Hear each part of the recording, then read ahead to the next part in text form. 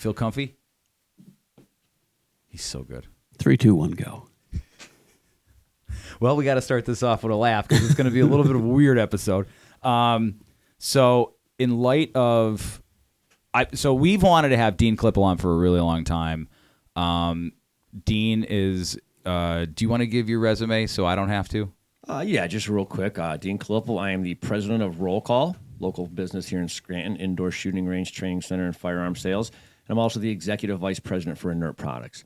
We're an international defense contracting company based here out of Scranton, and we focus mainly on counterterrorism, but all forms of military, law enforcement, and specialized training. So it seems like you know some stuff about some of this stuff. I get a view from both sides. Yeah. Okay, so at least you're like in the middle and pragmatic, and you're like, I can deduce. Yeah, we've been buried in this. I joined the company in 2013, so from 2013 on, you're instantly immersed in basically anything going on wrong in the world. Okay. So I'd say that whatever happened Saturday is something that went a little wrong in the world. Sure. A little bit. Just a scotch. Yeah. Yeah, that's the underestimation of the year. Yeah. So I want to talk about other things, but first I want to start with what happened Saturday. Mm-hmm. So for those that haven't seen this and live under a rock, do you want to pull up the video?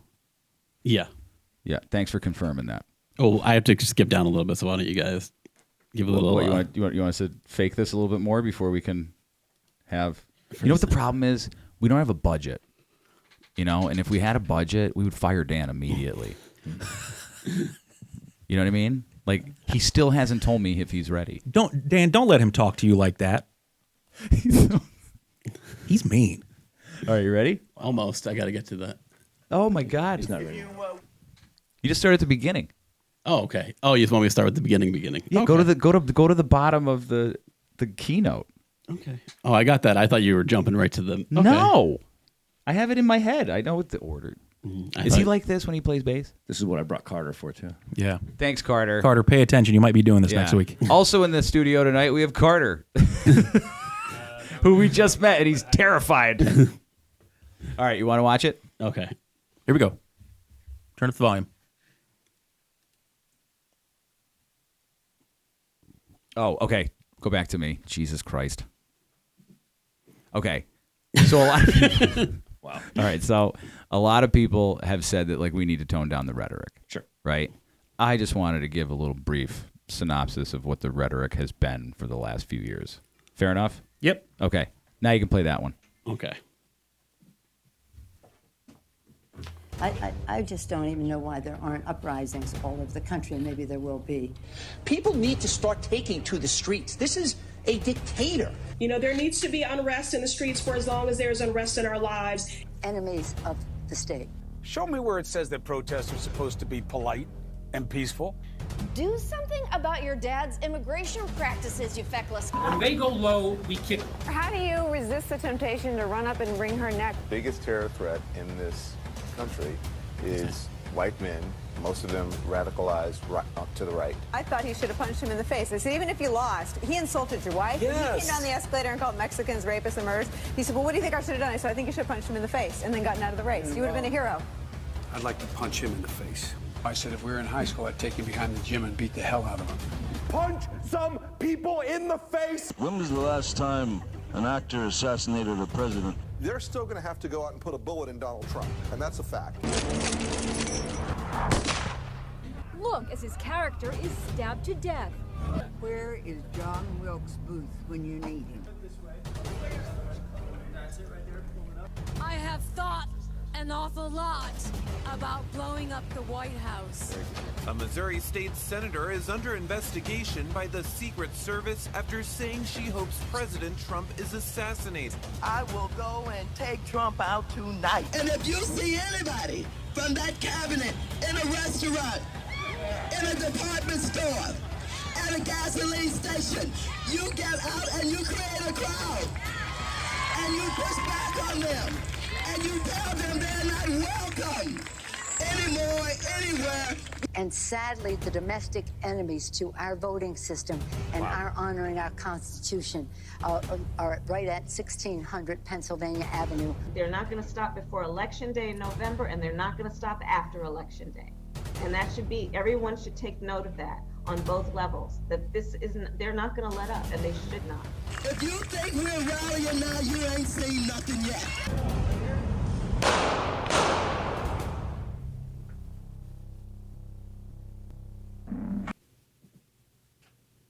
So, I mean, it's been real nice. Yeah, it's been interesting. Right? Yeah. You were saying something. What did you say to me during that? I said, like, I mean, obviously, like most people have been watching the news quite a bit over the past couple of days. I've seen a lot of compilations of rhetoric from both sides. That is probably the most comprehensive, what's the word I'm looking for? Collage. Compilation of that I have seen yet. Well done, sir. I didn't do it. You saw at the end who did it. So I just wanted to set the scene for, like, how does this happen? Because it doesn't happen in a vacuum. No, and I think this is when you go back to the old saying of we reap what we sow. Yeah, I agree You with can't gin up this many people year over year over year and then expect it to just dissipate. And use words like, right, threat. These are pointed words. And yeah. And it's that case. If you say something to 1,000 people, mm-hmm. 2 of them are going to take it differently. Yeah. Not just start multiplying that number over 8 years. And when you look at, you have somebody, obviously a 20-year-old young man who I'm going to assume has some sort of mental health issues, has been for, since he was 12 years old. All he has heard is this man is Hitler. He's a dictator. He's the biggest threat to our country. I'm sure you've had that conversation with your friends. If you could get in a time machine and go back and kill Hitler, we all do it. Yeah, and I think if you match the two things. So you match the fact that there's a lot going on in the world right now that fits what you're saying. Mm-hmm. I'm suffering economically. Mm-hmm. I don't have opportunities. I'm told toxic masculinity. Whatever those talking points are, which political affiliation you have, you're getting hit with something. Mm-hmm. Both sides throwing barbs. And then someone tells you, well, this is the person responsible. Mm-hmm. All of that, whatever I have, doesn't matter who the person is at that point. You gave somebody an outlet. Mm-hmm. And that compilation told a certain percentage of them, who? It's Trump. It's the right. It's this person doing this to you. This group. This side. As the 4 or 5 white men in here. Yeah. How'd you feel about that? Well, I mean, and I've been listening to a lot of these conversations, and let me be very clear. Like, rhetoric comes from both sides, but it seems like there's something about Donald Trump, for all of his faults and for all of his positives. There's something in him that broke a lot of people, and we crossed a line from, I disagree with your policy. I think your policy is dangerous for the country. I think that your plan for X is bad for a certain people group, to you're a racist dictator. Oh, and by the way, everybody who supports you is also a racist dictator. To the point where I've seen an interview where there was a guy on a TV show, and I'm not really going to get into it, but it was on Piers Morgan, and he said he didn't care at all about the firefighter that died. That was Destiny. Yeah. Destiny said that. Yeah, and it's like that's the point that we're at now, where most normal people can look at the human suffering in a situation like that and have some form of compassion. Even for Trump, you don't like him, you want him gone, you wish he was never president, never want to be president again. You still have to have human compassion for those people. And to compare him to Hitler is just the most insane idea ever. Like, yeah, I think you mentioned a good thing there where you said people were broken. This has broken some people. Mm-hmm. And I think if you look at it, something that I always refer to is the fact is as a nation we have a lot of broken people. Mm-hmm. Okay, and that's maybe whether you're young, old, indifferent, whatever the case may be, wherever you find yourself, there's a lot of people that feel broken.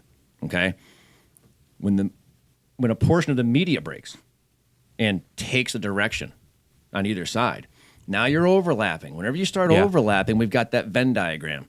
That middle, you took a hypercharged, broken set of people, and another broken group came in, and you're overlapping, and there's one thing in common, and that is that they're targeting something.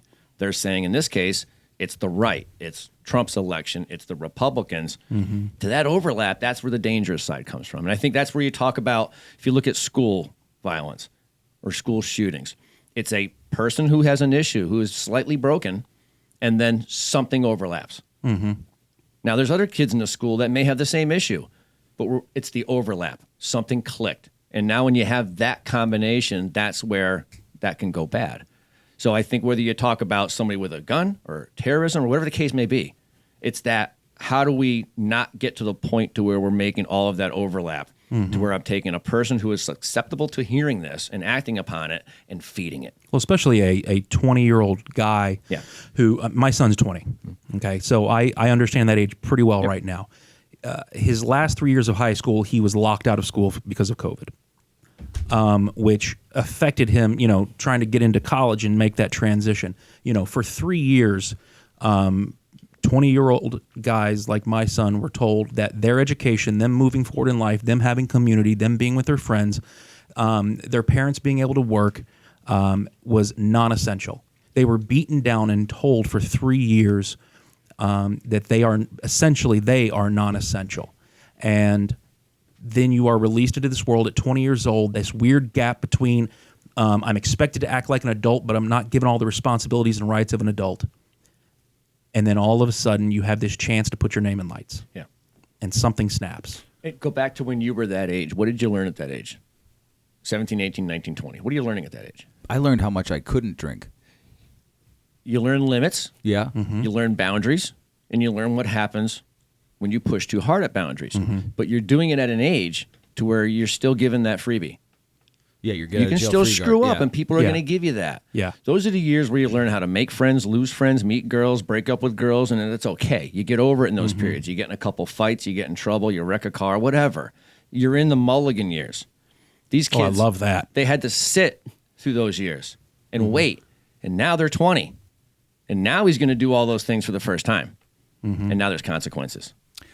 In your world, in your line of work,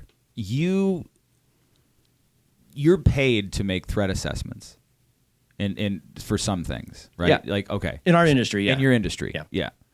So sometimes the threat assessment isn't going to happen for years down the road. In other words, the threat will not appear until years down the road. There's a lot of smart people in this world. How did they not see if the behavior continued, X would happen? And maybe they did see it. And maybe there were people screaming from the rafters, but no one was listening to them. So, like, I kind of know why, but I'm trying to understand, like, from your perspective, in the threat assessment world, how did no one see the behaviors of a country or political parties They've been pointing it out. This isn't new. So I just don't understand why people don't, like, get it. It's how our society operates. We balance security with expediency. Okay? If you would like the security level that Israel has at their airports, we can have that. And it's lock solid. You need to get to the airport 6 hours before your flight. In the U.S., that wouldn't work, would it? No. We complain about 2 hours. So we lower the security and we raise the speed until we hit a balancing point that our population will tolerate. Have you ever gone into a federal courthouse and not had to take your shoes off? I've never been into a federal courthouse. Okay, well, some federal buildings you go in and you take your shoes off. Some you go in and you don't. Well, why?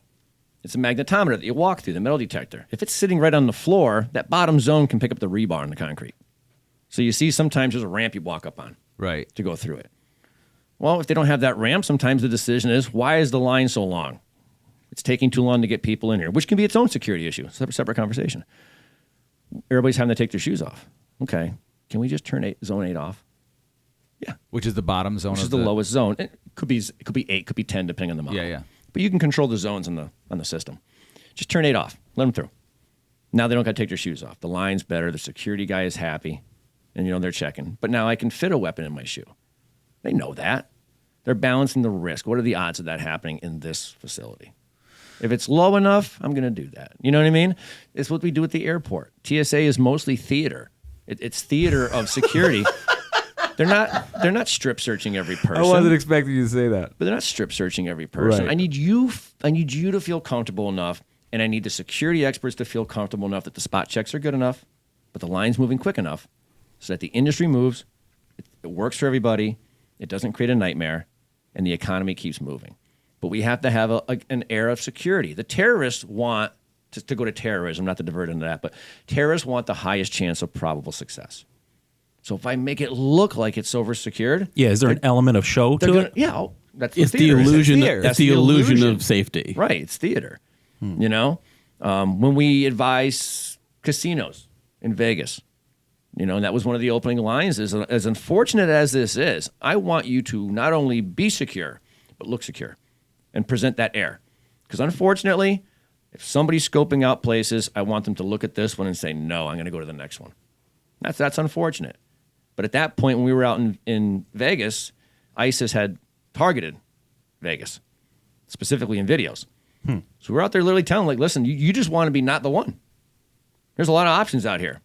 You want to make yourself look like you don't want to be messed with. You don't want to be a soft target. You want to be viewed as a hard target. So they want the airports to look like a hard target because it is better. TSA security is not a joke. It works very well. What we're talking about here is how many people out of 100 do you want scrutinized? Because that's your flow. You also don't want to have to pay 3 times the cost of airfare because they had to increase security into, you know what I mean? Because to get it fast, now the whole airport's a gate. You know what I mean? That costs money. So there has to be a balancing point. It seems like to go with Saturday, what happened Saturday, what would you say? Do you want to watch it real quick and then I'll ask you the question I want to ask you? Yeah, sure. Okay. Yeah. Do you want to show that, Dan?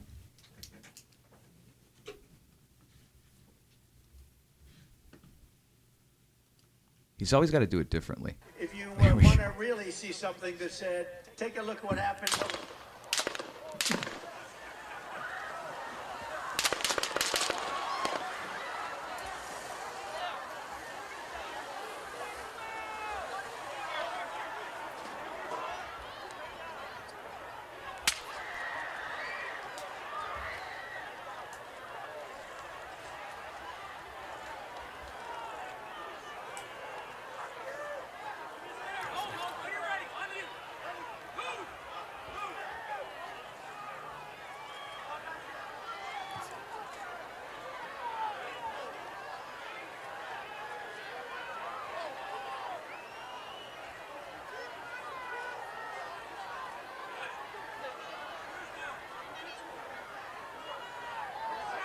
I want to watch it all the way till they get him in the car.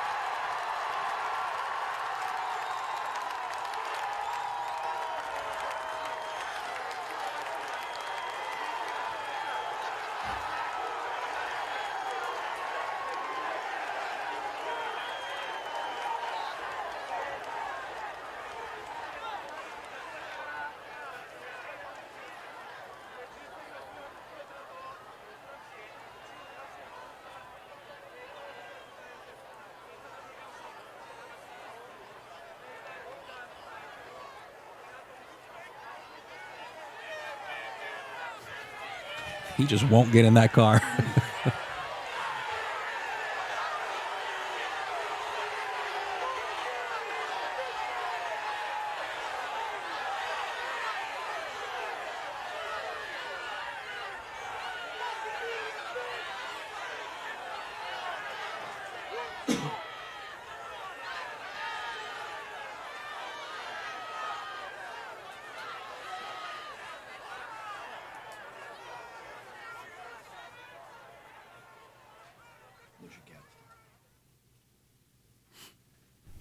How much of that can we chalk up to theater?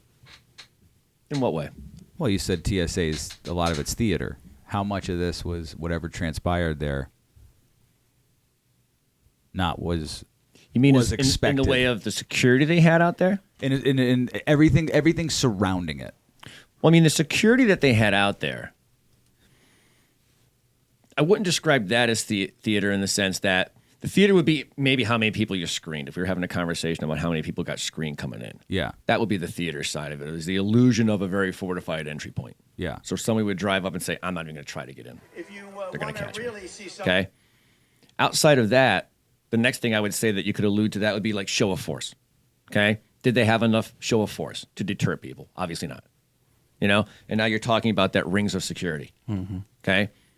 You obviously had enough rings of security. The guy couldn't get in the inner circle, maybe, but he was very easily allowed to get to that outer circle. Okay. So when you talk about that show of force, theater would have meant start a half a mile out. Right. And make that look impenetrable. Okay. And then you have your rings coming in. It's not hard to do. You know, we've been securing facilities for a long time. We know how to do this. That's not it. So I don't know. The motive is a separate conversation, but just tactilely what happened on the ground, the gaps are apparent. You should not have that. Does it make it much more difficult? Does it change the situation immensely because it was outdoors versus like an indoor?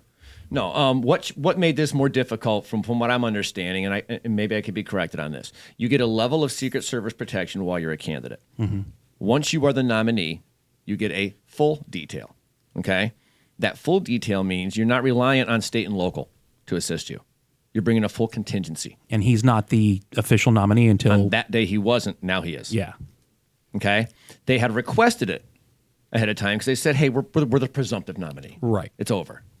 Now that's a political discussion as to what happened on that side. But pragmatically, you get a level of protection each way through. In the beginning, all the candidates get a little bit, and then they have to pick up their own additional. Okay? So in this case, that's why you relied on state, local, and federal.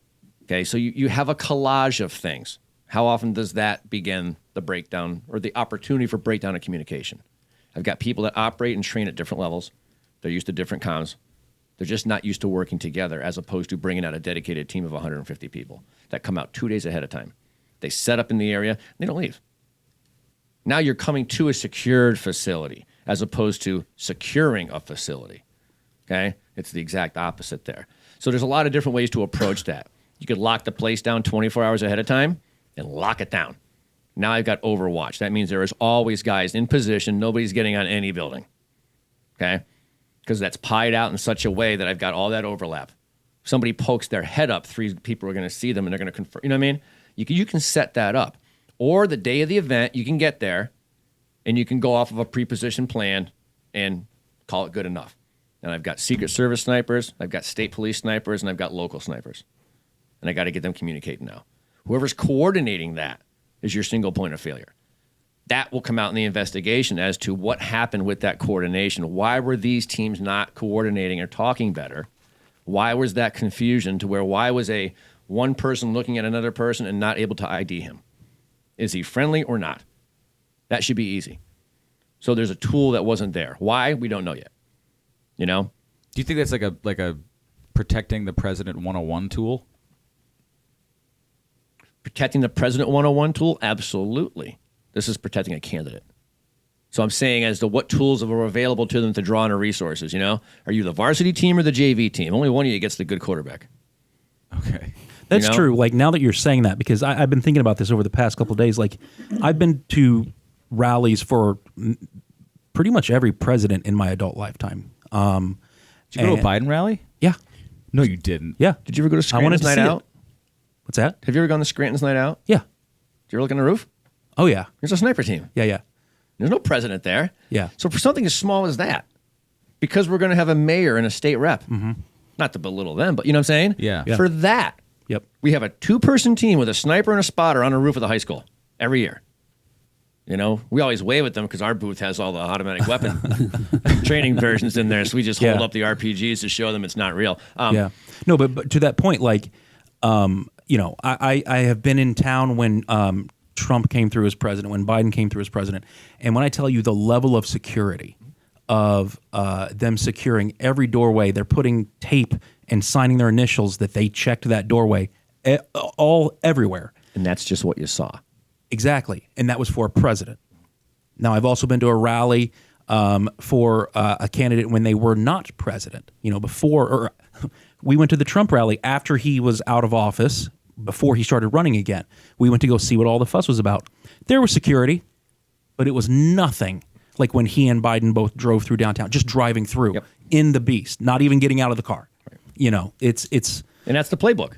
That's by design, and it's for a reason. You know what I mean? When they go out, they have a modicum of security, But in a case like Trump, he had his own on top of that. Mm-hmm. But doesn't that what you're saying make sense if it's like a level playing field in terms of like in the past, if you had Clinton and Bush, you know what I mean? It's not like they're like, he's the devil, and there's not people out on the street corners going, fuck Joe Biden or fuck Trump. You mean the like increased risk right now? Just the fact that the temperature's been turned up. The temperature's been turned up. Don't you think that pragmatically you'd be like, hey, we should probably and apparently that was the request that was made. Yeah, but also the guy's got tons of fucking money.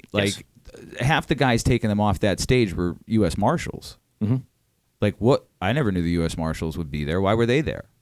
Because it's a collage.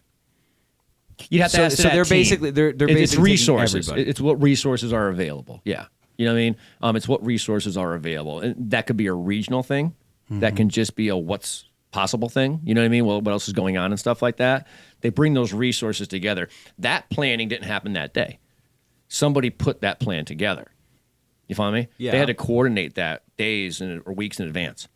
So to really understand why this group was there, why this group was here, they're going to have to go back through that planning and see who put this action plan together, who reviewed it, who approved it, were there any questions on it, you know what I mean? And they're going to have to just walk through step by step. This doesn't happen over coffee. This doesn't happen quickly, and it's not just a copy-paste. Each unique situation is reviewed, a plan is generated, and there are specifically people that do that. You know, for example, George McCarroll, you heard me talk about George, what we work with. George is a RESA, Royal Engineer Search Advocate, I believe is the acronym. For every World Cup, Olympic, major event, there's a RESA. And their job is to make sure that everybody there involved with security is talking, is on the same page, has comms, and has a check down. So they're the overseer. Okay, and their job is to make sure that everybody else knows their job, executes their job, and has a B, C, and D plan in case of emergency. That's that job. That's for big things. When you go to smaller things, like a rally or even a convention, there's not a RESA there, but there's somebody in that role. You start there. Because they're the one ultimately in charge. Now, that may be one person. It could be a team. It could be a unit. You know what I mean? Depending on the... And is that, in this situation, would that have been Secret Service? I would believe so, yes, in this case, yeah. Okay. You talked about rings earlier. Yes, rings of security. How do you let into the innermost ring? Do you want to see a clip? Well, so I think when you're saying rings, I think you're talking about like Secret Service, state, No, local I think he's literally police. talking about it's Are you also- talking about like physical rings? It's also physical on a map when you look at it. I mean, that is a great question. Like, Who how has does the that inner happen circle? at Who has the inner 150 yards? Do you have the next one ready? I do. Did you figure that out, fidget man? All right, hold on. No, I guess we're still holding on. No, not this. This is just. I just wanted to show this to show how close this could have ended.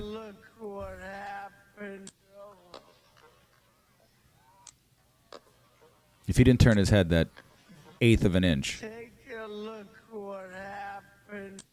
Isn't that crazy? That went right by his ear. The second one actually hit. No. That's just the line where the first one hit. Take a look what happened. See, boom. All right, want to go to the next one? Here's another angle of how close that came. Oh, Dan doesn't know how to do stuff. Push up, Dan. There you go. Push down, Dan. There you go. Oh, it's slow. Okay. Goodness gracious. That's how close it was. It's all it takes. Yeah, that's right through the brainstem. Next one. And watch and listen to the rally. So this guy was right after the event. Yeah. But we could hear him. So we walked up, and probably 5 to 7 minutes of Trump speaking. I'm estimating here. I have no idea, But we noticed the guy crawling, bear crawling up the roof of the building beside us, 50 feet away from us. So we're standing there, we're pointing at the guy crawling up the roof. And he had a gun, right? He had a rifle. We could clearly see him with a rifle, absolutely. We're pointing at him. The police are down there running around on the ground. We're like, hey, man, there's a guy on the roof with a rifle. And the police were like, huh, what? Like they didn't know what was going on. We're like, hey, right here on the roof. We can see him from right here. We see him. He's crawling.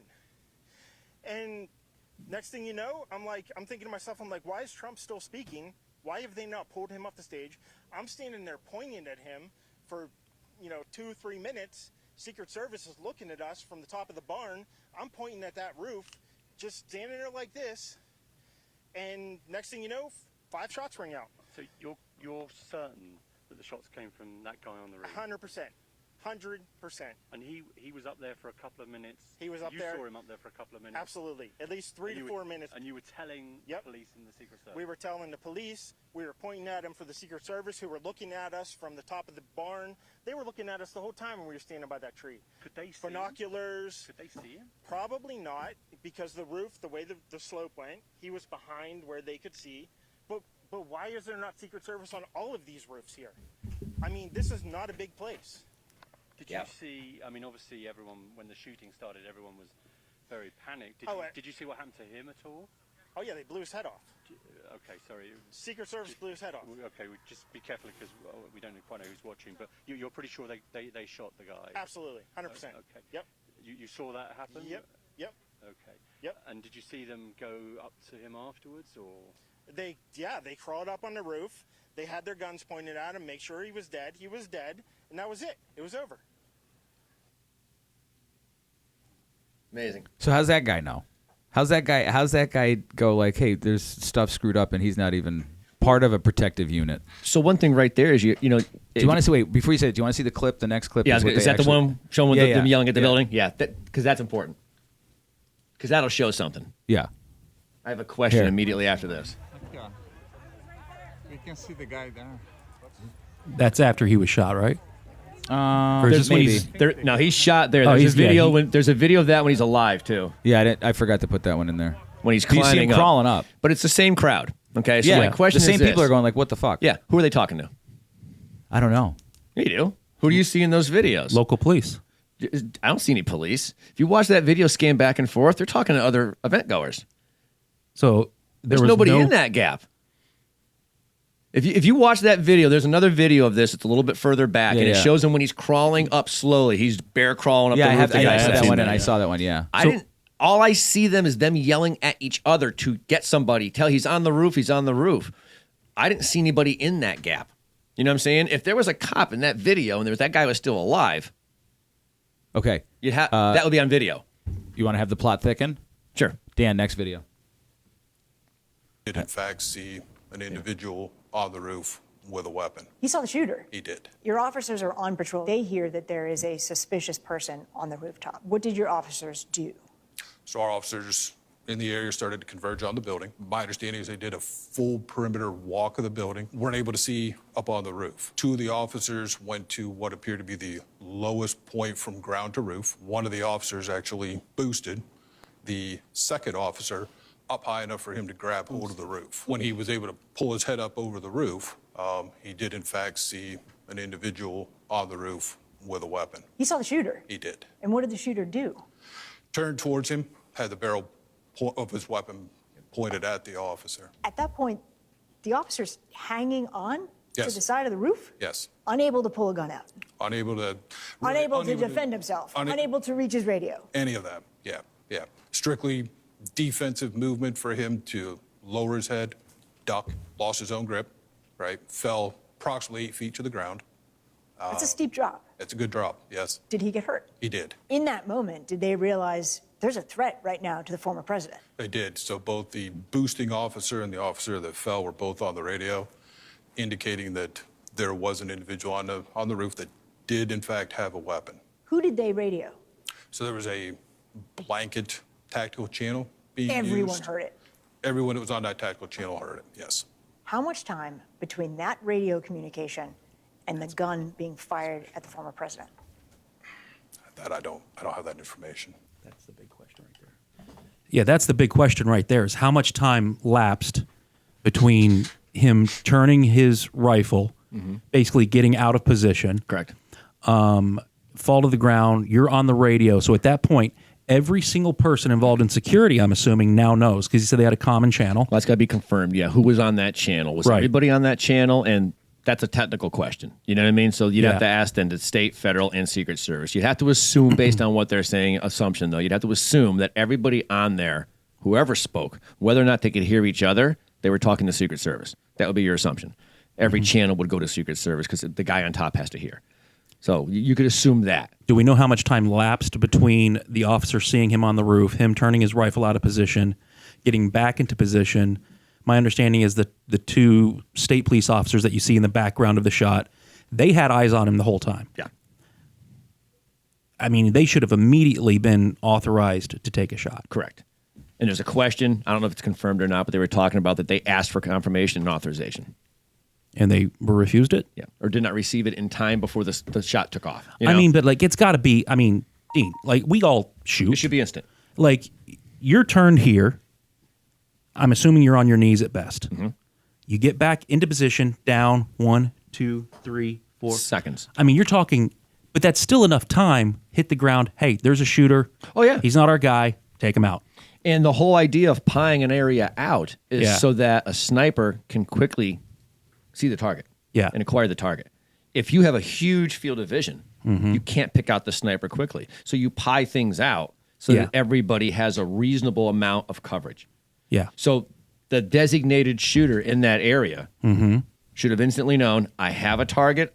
Now, Get on him. Assuming he could see it at that point. I'm Right. not sure. You know what I mean? I did notice. If when the guy turned to face the cop, he may have taken himself out of view of the sniper. Okay. And then turned back into. You don't know because I will. Do you want roof's like this? Do you want to? Hold on Let's, one second. Hold on 1 second.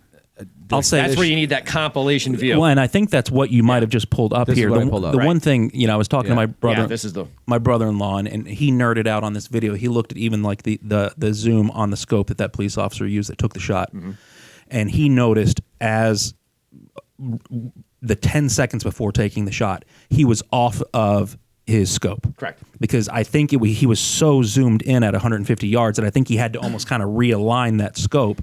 And that was that little bit of lapse in time between. And you mentioned hunting. You hunt deer? No. Okay. Sometimes, depending on the angle. Sometimes, depending on the angle of that deer. Right. Okay.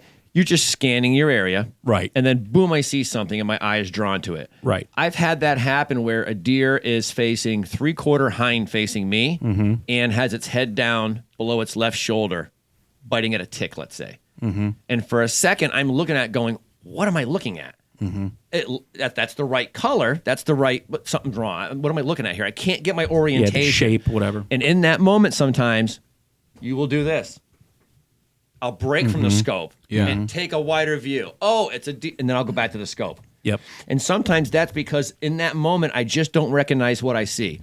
Where does that match up to where that guy was in turn? From the officer to back. Here. And if you have somebody maybe he disappeared for a second and came back. or just that turn, if I'm trained to look at I'm looking for a weapon, I'm looking for a head, I'm looking for an arm in a position of point of threat. If it's twisted into a ball because he's turning or rotating, that can cause that. What am I looking at? It's basically an optical illusion. I have to get visual confirmation. Well, That especially doesn't- when you're that doesn't- zoomed in at 150 yards. But that doesn't fit the thing. I was hunting to one time. I turned, a deer jumped out of the corn, and I didn't even realize I pulled the trigger. You know what I mean? As soon as I saw the antler, I fired. And it just from years of hunting, you know what I mean? I saw the antler. I knew what I was shooting at. I instantly recognized that and took the shot quick. In that I've had times where I've had to really look at the deer. What am I looking at here? Okay, I'm all right. There's another deer behind it that's blurring my vision. Or, you know what I mean? There's something else I'm seeing. It's a branch. That's not a buck. It's a doe. You know what I mean? So sometimes your eye just doesn't make it up. I'm not speaking for that sniper, but I'm saying it doesn't take much to cause a 2 or 3 second hesitation. Yep. And that's all you need to really advance something. So it's a game of seconds. Let's. Let's. I think now, if I'm not mistaken, this is the video that shows the people warning. Now, like you said before, they're talking to each other. So I don't know if they're talking to anybody. Right. So I don't know if they're talking to any law enforcement. Is it being heard? Yeah. Are the cries being listened to? Right. So all right, Dan, you ready?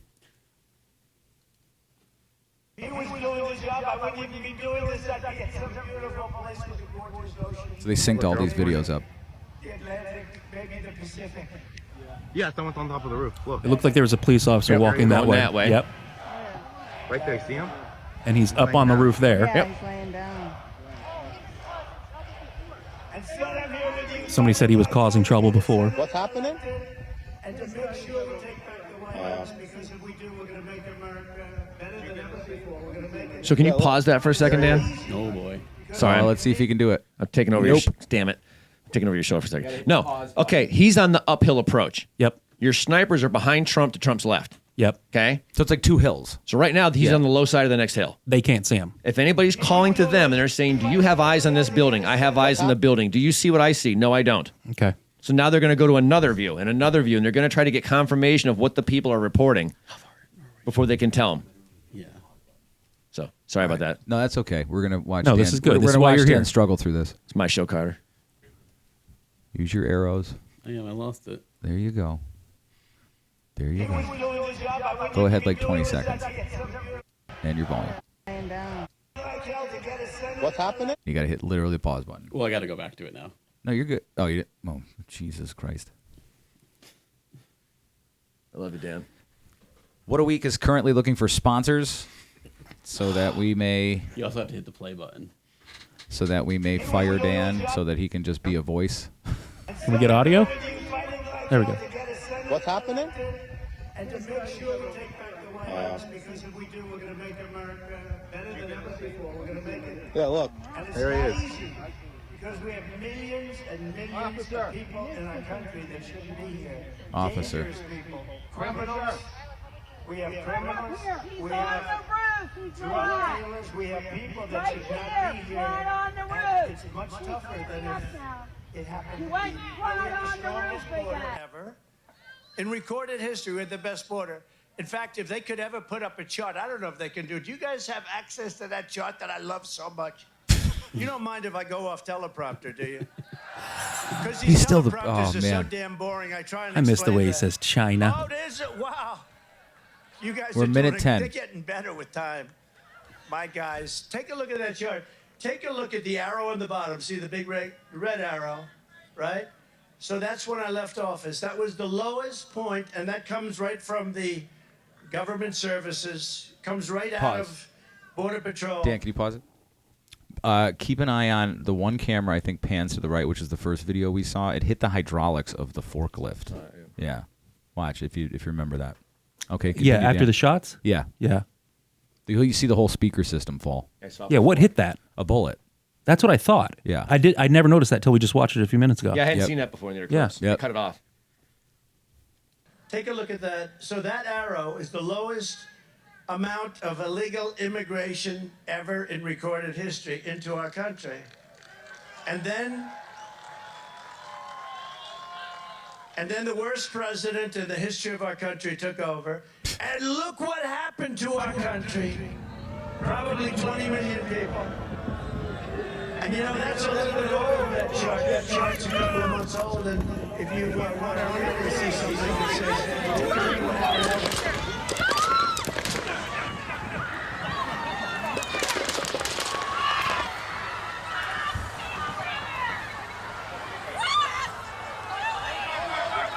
Oh, it hit the hydraulic. Yep. Wow. So the boom came down. And that last clip, I think you heard, was Secret Service. We got breaking news. We got breaking news coming in. Shots fired. Seems to be shots fired at the Trump rally. So it took That's 2 minutes, 15 that's seconds. That's the fireman on the right that was hit from behind. Need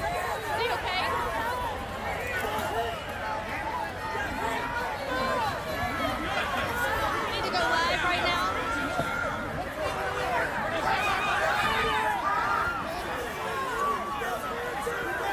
We are live right now at the Trump rally. We don't know if President Trump has been shot. We know he hit the ground. We do not know if President Trump has been shot. He's up. He's up.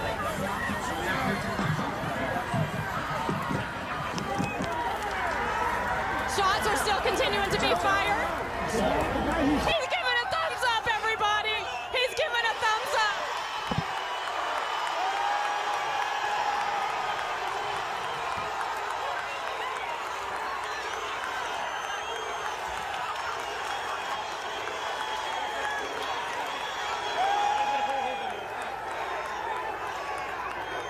Those guys around him are U.S. Marshals.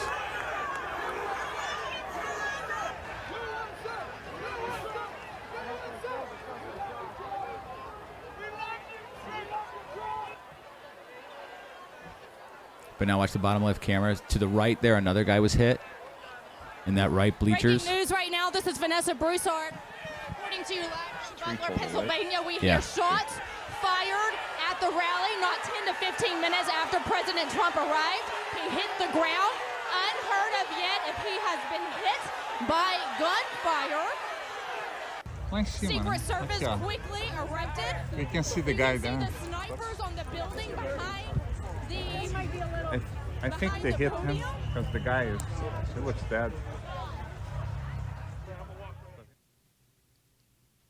So, does that open? Is there new information for you there, or no? No, not really, except for the fact that, like I said, that you've got that many people in that gap, and I think we saw one cop walking around the perimeter. Yeah. Why was there not? That would be the question they're asking right now: is why was there not gap teams in those areas? If I'm not mistaken, that roof was... Because visual confirmation is one thing, but having a rapid response team ready to go over there and deal with it. Right. You know what I mean?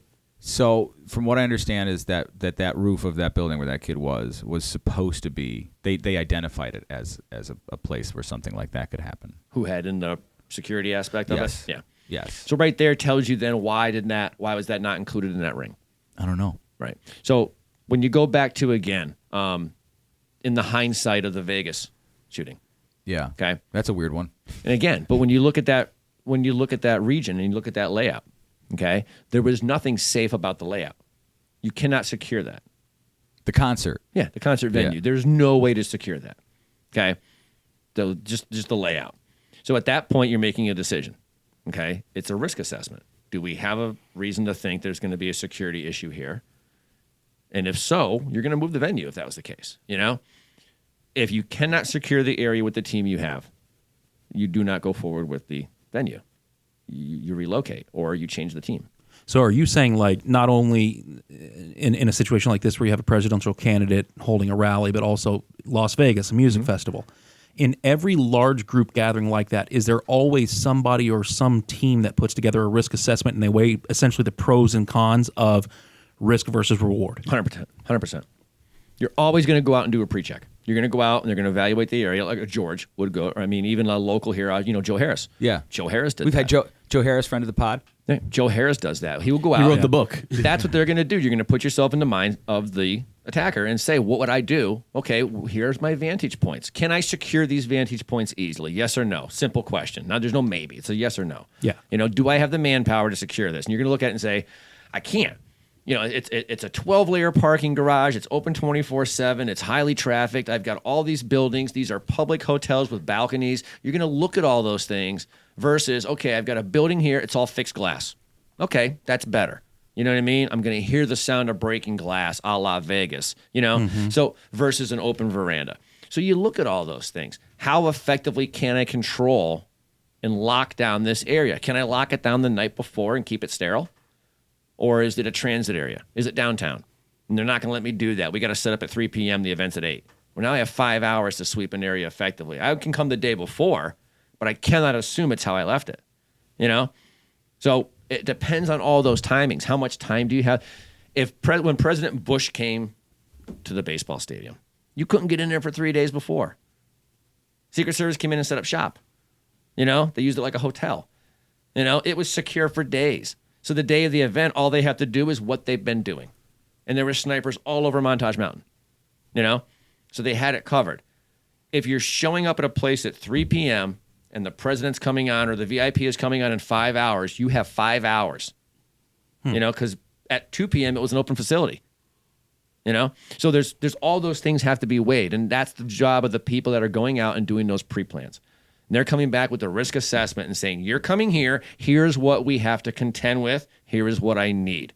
I need X amount of teams of this many personnel. I need these sniper positions. I need these fast react. And you build that program out. And it's different every time. Yes, if you're going to come back to the same place next year, you grab last year's playbook to start from. Unless there was an tweak issue. is necessary. Exactly. Yeah. And you check the current risk assessments. Are the threats the same this year as last year? Yes. Okay, then you can start from there. Let me ask you this, because I unfortunately you do what you got to do. Awesome, and I do have to go here in a little bit. I just want to ask you one more question, kind of related but differently. Let's say hypothetically Donald Trump had not turned his head at the last second, and that bullet landed at its intentional target, what would America look like moving forward? I don't know. I don't think it would be the same. I don't think it would be universal. I think you'd have different groups reacting differently. Would there be violence? Yeah, probably. I don't see how there wouldn't be. You know, how it would start and where it would happen. I don't think we know. I'd have to think about that. But it's been a long time in our nation since that happened. Mm-hmm. And it didn't go over well last time. And if you look at how much ratcheted things are up now, how on the significantly cusp, more than JFK, and how hyper politicized everything is. Yeah. You know, if people were saying we've been on the verge of something bad happening politically or just, you know, amongst the people, what would that do? You'd have to assume that would be a flashpoint. You know, it's just a matter of how far. And I think the difference there is I think we may surprise ourselves. Mm-hmm. And I don't think it would be as big as people think. I think it may be more prolonged, and I think it would be the beginning of something. Yeah. But I don't think it would be you wake up the next day and the city's a burn. I don't. Did you know pockets? Yes. Yeah, I think there'd be pockets of violence, but it would not be broad. Neighbors across the street who finally are like, "I it fucking would not hate be. you." It would not be the right raising up, and you know what I mean. It would be small pockets isolated throughout the country. Yeah, I definitely think, and then you'd break into skirmishes, and then you get into the whole bubble philosophy of how that would be different. In each little. as and I know you got to go, but I kind of want to include you in this question. Mike and I have been to a Trump rally, and I never in 2016 I would have never thought I would ever go to a fucking Trump rally. Right? The energy there was incredible. Mm-hmm. It was just all good people and like dance. It was bizarre. It was just bizarre how good the energy is because it wasn't what I expected. When this happened Saturday, the thing that I really noticed is nobody ran. No. Nobody ran. Mm-hmm. They all stayed there. That's been the number one question from everybody that I've talked to about this is reaction. Everybody dropped, and as soon as they had announced that everything was clear, it turned back into a party. Because at that time, people didn't know that 2 other people had been shot. I don't know if it would be a party. I think, but it would be more it was a celebratory. Very celebratory in the fact that he was walking out. Yeah. Well, there was 15, 20 seconds there where those people, those supporters are like, "What is this the moment? Yeah, like what is happening?" And then, even I always mess up his name from the Young Turks. Cenk? Oh, Cenk. Yeah. Uyghur. Yeah. Yeah. Even him, like I watched what he posted on Twitter and he said, listen, don't like the guy, but man, that was badass. Yeah. And it's like, you can't have any other response than that of just like, holy cow. Yeah. When you're pushing through your security trying to, and you can see that visibly, and they said he wanted to get back to the mic to reassure people that he was okay. Yeah. And they wouldn't let him, and my brother-in-law, he said, if people thought he was intolerable before, just wait. Yeah. Which I think actually the opposite is going to happen. I think he's actually going to. I think he's going to take on a new sense of humility and united spirit. To the original point there too, I've heard other people say that when you talk about the reaction, and I do think it's for a couple different reasons. Number one, if you go to a Trump rally, you're going to find a lot of veterans. Yeah, they're going to respond differently. If you go to a Trump rally, you're going to find a lot of gun people. Mm-hmm. They're going to respond differently. Yeah, a lot of first responders. And the other quadrant or group of people that you're going to have there are you're going to have people there that are there because they're sheer love and devotion for Donald Trump. Or their country. Yes. Yeah. But in that day, they're focused on him. Absolutely. They're at a Trump rally. And it's not crazy when it's like on Cher Day, everyone goes to see Cher at the fucking if there's an emergency at an event and you're there with a loved one, what is your first concern? Just cover them up. Or if you're not near them, are they okay? Mm-hmm. Yeah. So if you look at that, your vets aren't going to jump at the fire. What are they going to do? A lot of them were the guys in the crowd that started scanning. Mm-hmm. They instantly went to, where is it coming from? What is going on? How do I do X, Y, Z? Whether that's cover my family, move, retreat, attack, whatever it may be in that mindset. You had people scanning. You had gun people that just don't necessarily freak out at the sound of a gun. You saw other people hit the ground and never come up. Terrified. Yeah. And probably not, you know what I mean? Mm-hmm. So you have different levels of people there. But yeah, I think that mix of people at a Trump rally are going to give some of those different reactions. You know what I mean? Yeah. They were ready to respond. They were looking for the threat. And the other ones were all eyes on him. They didn't run. They didn't Well, run. it's and almost then like go Trump outside. set the tone. Right. Of we're not leaving until we make sure he's okay. Right. And then once he got up and fist in the air, he set the tone for that event. Right. Do you think that that's something that like he knew he had to do, or it was instinctual? The one reaction, I don't remember who I heard this from, but it was, you know everything you need to know about a man the second after he gets shot. Who told you that? 50 Cent? No, it was a veteran on social media somewhere. It might have been like a now I Tim feel like a Kennedy piece of kind shit. of guy. I don't remember who it was. It's a good point, though. But he said, It like, is. there's two ways you can respond in that situation, especially for somebody being Donald Trump, not a military guy, doesn't have that background. There's one way, and the way that most people would handle it, most presidents, most presidential candidates, they stay down, they get them to the car, they're out. And he was fighting to make sure everybody knew. Immediately after getting almost shot in the head, but like almost dying, his number one concern was, I've got to make sure that people know that we're in the fight. I mean, that tells you a lot about a human being and a lot about their constitution. Yeah, and I mean, I think people talk about, he's a megalomaniac, he's a this, he's a that. Absolutely. You Yeah. know what I mean? But that gives, in that moment, that's him. And at the end of the day, and I think should we not? I'm sorry, I didn't mean to interrupt you. There's many facets to his personality. Sure. A lot of it is his constitution, his ability to, in that moment, get back up and do that. And also, too, man, is that guy a good salesman? Yeah. He knows what he's doing. I mean, it's all part of it. There's many pieces to this puzzle that are Donald Trump in that moment. The branding never stops. 100%. It's all the brand. 100%. I've seen people lose their keys handle it better than he did. Yeah. Or handle it worse than he did. Yeah. Oh, absolutely. Yeah. But everything is the brand in that sense, and I think what people realize now, and I'm not. Well, Yeah. It's this show of strength, this show of force. But I think what this did too, and not trying to make a political statement for him, but I think what this did to people that thought that he was trying to give off an air or give off a presence. It was, oh no, this is real. That's him. This is who he is. I It's think not that- a show. I think It's it not a takes that game. away. Yeah, it takes away that whole like, oh, he's faking it to look tough for the cameras. Do you think that that's why a lot of people in the last like 4 or 5 days have been like, He won. I hated the guy. Yeah, he won. It's over. I've never seen anyone do that before In my today's life. day and time, when everybody is broken Mm-hmm. and when everybody is wishy-washy and when nobody wants to have conviction, seeing fortitude. Yeah, it's a game changer.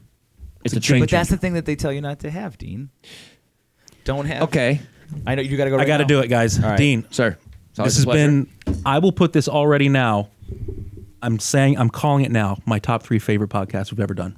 Yeah. Well, I mean, it would have been better if Dan didn't screw it up. Have fun at your swingers party. I was being nice. I did not say a single mean thing. Not into the microphone. Not in the past hour. Have fun at your swingers party. I mean, we should say that Micah is going to some event with swingers, right? Is it Eyes Wide Shut? Don't forget your plugs. It's from not the like drawer over Carter's here, is it? it? Tell me that's not like Carter's here. Well, Carter, No. why don't you hop on the mic over there? What was the talk? point? Come on. Just go sit Come over on. there. Slide it over, Carter. We don't know you. You should have an opinion. Everybody, for the record, Carter also works for Inert Products. He is one of our valued Here, come employees. this way. And represent the company well. Watch your feet. Watch your feet. Carter's on the Inert side, not the roll call side, but he works in our production development side. So, all right. The what was the headphones point? weren't going to work. What was for you? the point here. you were just on at that time, though? Right before he had to leave. It Since we have a second here. was the fortitude. What's this? It always does. Oh, okay. Jesus. I just wanted to make sure it wasn't going to record on the audio. What was I saying? We were talking fortitude, and then you said something, and then I told him I was going to shut up. That's what I told him. I mean, that's the thing that like you said, but that's what we're not supposed to have. fortitude. Right. Yeah. Okay. We're But is that supposed not to- what people are drawn to? But that's the crazy thing about. I wouldn't put those in your ears, man. They're in his ears. That's weird. He's gonna free. He's the gonna whole swinger You don't. thing. You don't want that to happen. Do we have an extra set of headphones? There's another set over there from the other day. I think maybe on the table by the guys. Do you see headphones over there? It's behind the liquor Oh bottle. yeah, behind the liquor bottles. Up on top. Up top. Behind the statue, the guy holding the other guy's Jesus, groin. this is what you hire? This is your studio. You got producer material. But to your point More right there, about you Mark, than anyone okay, else. parents tell their daughters not to date the bad boys. But Yeah, there's is that- certain is that like a qualities that people is that a protection thing or is that people can be the same thing though. You know what I mean? If society's telling you to avoid certain traits, but if those traits are still attractive to people in the sense that strength. strength and confidence. Can you hear yourself? Yep. I Do can still hear myself. translate. Stay about a fist away, and you'll sound good. Don't breathe into it. I'll do my best. So how old are you? I am 22. He's about to freak. How's Yeah, his I'm a framing? Is his youngin'. framing okay? Yeah, it's pretty good. Okay. Just like lean in. Don't sit up like you got to pull up your butt. You're good. Just be comfortable. Drop the chair like a. Don't be nervous. Just hit the. It's just a bunch of dudes. How old are you? 23? 22. You ever been to a bar? Not by myself, no. You've never. Well, I'm not. Well, that's alcoholism. But if you've ever been to a bar with like buddies, that's all we're doing. We're just sitting around. It's bar talk. Yeah. All right. So what does your generation think? I'm honestly hearing. Sorry, Dean. I'm going to hop it over to him. Yep. I'm a TikTok user. I'm hearing a lot of things. I have been hearing a lot of things ever since the event happened. I've been hearing, well, obviously the very first theory that came out, I don't know if the majority believes this or still believes this, was that the whole thing was staged.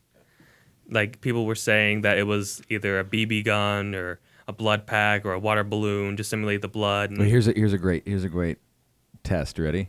Mm-hmm. What kinds of people would say that? That I'm not sure.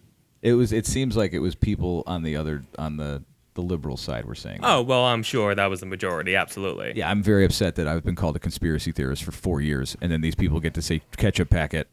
Yeah. You know what I mean? Yeah, I thought he bladed himself like they do in wrestling. I think that's ours. That's almost built into our society now too, with the knee-jerk responses. I was talking to somebody the other day about that, and in a sense that the 24-hour news cycle and the speed of information on the internet and all the different mediums that we have to get it, we need it now. We need it immediately. If we don't have it, we're going to grab what's in front of us. And Right. even the media, it's first, not right. I got to be first. I don't care if I'm right. I can correct it later on. But the damage is already done. But the damage is already done. Yeah. So I think there's the rush to, I need to fill the gap of knowledge now. And that's where the conspiracies or there's just the off, everything has to just flow. We no longer have the ability to wait 2 hours for the first for the true for the information. first press conference to come Yeah. out even. Within minutes, to Carter's point, within minutes, there was 50 different conspiracy theories out there. And I'm just going to come back in real quick just Yeah. to say that I feel like that's no longer the main theory. And I also feel like anyone who looked at it for longer than 10 seconds could see that it obviously was not staged. Like, the big thing that I heard at the time was that it was something to do with the sound of the gunshot not sounding as loud as it would, while not really paying attention to the fact that there wasn't a microphone on that roof. They wouldn't pick up that audio as much, along with other things like that that could have easily been debunked in like 5 seconds. Yeah. Yep. The thing that initially made me think it was bullshit was everything. Like, this is going to sound terrible, but like everything about it was like it was out of a movie. Do you know what I mean? Almost two. Like the angles, dead to rights. Yeah. Coming up with his fist in the air over everybody with the blood just running across his face. I want my very, like, shoes. yeah. I think a lot, and again, because they've accused, both sides have accused the other side of politicizing everything and Right. staging everything. Again, there's always going to be in that. That's our first reaction now. Yeah. It's fake, it's staged, it's a conspiracy theory, and then it's not, and then we go back to normal life. Well, you go back to But like, I think in that it's not. blip, It wasn't that conspiracy theory, right? But in that blip, that's what we instantly grab to now, is because so many crazy things have happened. And as we learn more and more things either weren't true or were slightly twisted, and then we're learning later. Now we don't know what to believe, so I think that almost makes everything fair game. If you go back 20, 30 years, if you said the smallest conspiracy theory, 5 people in the room would point at you and go, oh, you're a conspiracy theorist. That's not true. How many years ago did you say? What did I say? What did he say? How many years ago? No, I it's think he said longer like than 20 that. years ago. Did I? Yeah, 20. I'm going to push back against that, man, because Yeah, I'll I'm old. always go back to unsolved mysteries. Yeah. So I guess like the Sightings. 80s maybe is when it started becoming more of a thing. No. 9/11. Well, it started with the Kennedy But assassination. don't you think that now the conspiracy theory thing, like hell, it's a pejorative. But it took that one TV show now there's thousands of podcasts about it. So it's much more involved. It's much more easily attained. That's how fucked up everything is, Dean. You need That's many podcasts. That's my point. But that's my point. It's now everywhere. So like every white woman trying to find a murderer. They're not as the simple idea of somebody talking about it and raising them though is not an odd thing anymore. They're all now on the table. That's my point. That's why that's why I love. It's become common. There's a lot of people who are afraid of this moment in history, and I kind of like I was too, but now I'm more like this is the craziest part of our existence, especially as a country. Like, how could you not want it? Like, if America survives the next 3 months and we end up, not killing each other and get rid of the globalists and all that shit, like 100 years from now, all the kids are going to be like, man, imagine what it'd be like when Trump got shot. Like, and then everybody said he had ketchup, but then he raised his fist, and then you find out, like, it is going to change. Like, this is the most amazing time to be alive. It is going to change the conversation. It's going to force a change to the tone. It's unfortunate. How long does it last, though? Well, that's the question. That depends on what comes out of it, and that's up to us. But it's unfortunate that it took loss of life. That's terrible. It's horrible. Yeah, absolutely. And you can trying have to a whole protect his fucking daughter. Absolutely. And this is a person a guy that protected his community and the people that lived in it for years. Sorry, Carter. I curse a lot. But no, you're okay. I'm just listening. And it's unfortunate of that, but it does present an opportunity. It does. But you know what? I thought fucking COVID was going to be that opportunity, and we never took advantage of it. You got to admit this is different because it feels different. It always does. I always thought COVID was going to be the unifying thing. I think this is the timing thing. You think all the stars are aligned for the perfect? I do not think perfect. We have a short attention span, but the amount of time between this and the election is not that long, and it's a hyper period of time. So I think if you had an opportunity for something to stick around long enough and take root, and people can, with a more jaundiced view, can say, well, it'll be piggybacked on for political purposes. Okay. If the message is still good, I'm okay with that. Right. If a good message is used to rally people, why is that a bad thing? You know what I mean? It's when the wrong message is used to rally people. That's how we get here. So if you can take that horrible incident and not only learn from it, but try to bring a different group of people to have a conversation, right? Then yeah, that's a step forward. So we're at a fork right now. We could take this and go to both sides dig in, and it just gets worse. And we know what's going to happen there. This will increase and it will magnify. Yeah. We're running with, again, to draw a comparison to terrorism. Okay, the suicide bombers are usually not very valuable. Okay. They don't send out the good guy to blow himself up. No, they're not like, he's the top of his class. Okay. He's the best. In many cases here, we are oftentimes, and again, I hate to use the word, we're lucky, we're fortunate, because the damages could be much worse if you had highly trained people that take that path. I could provide you with a list of people that if they wanted to cause a major problem, we're going to have trouble. So that's like this ain't that crowd. So as much as they talk about, the right-wing military, militia, it's not them, because they would know they would be a lot worse. It's a 20-year-old kid who never saw combat. He watched YouTube videos. He may have went to a range to train. You know what I mean? I'm not knocking his ability to harm. But what I'm saying is if people with actual skill and ability get together to bring problems, you're in a whole new world. We're going from Pong to Call of Duty in the world of video games. You know what I mean? We're not going to recognize the difference. It's not going to be that. It's going to be... Pong was when we were growing up. Oh, yeah, I forgot. So... But you get my point? Yeah. No, we're treating these as major security issues, and they are, but we're dealing with a very singular threat. It's a lone shooter. But it's not like the militant Islamist who's in the middle of the coffee shop, saying Allahu Akbar, pulling the trigger, and then, you blow up 60 people. Right. But again, that's a guy who the talented, knowledgeable, skill set people does not do that. Enable him and send him out. Yeah. They manipulate because he's not him. repeatable.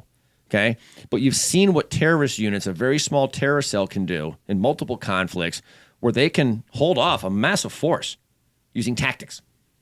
Okay, so we talk about these groups on both sides that want to cause harm. There's skill and capability on both sides to do much more broad things. We don't have that. So I just want to make that point, because when we say it's the right battling the left, it's not. It's a couple activated morons on each side that we're turning on. You know what I mean? So why is not a concentrated effort? We'd be in a civil war if that was the case, because both sides have the means. This isn't that, So in other countries, like let's say Middle Eastern countries, the people that are, terrorists is such a blanket term, but sure, people in those groups, they do prey on, like, let's say the weak-minded, oh, absolutely, or the uneducated, or the mentally ill, the handicapped. the disillusioned, the disaffected, So, orphans. I bring that up to point out that like both societies have those same types of people. Yes. What is the difference? I would say there is in that case, for example, ISIS. ISIS would go and use people that fit into that box. You know what I mean? But there's like a coordinated effort. Like these are the people you recruit. Right. The difference we have here is it's the people turning themselves on. This kid woke up and decided, I'm going to do this by all accounts. No terror group trained him and outfitted him.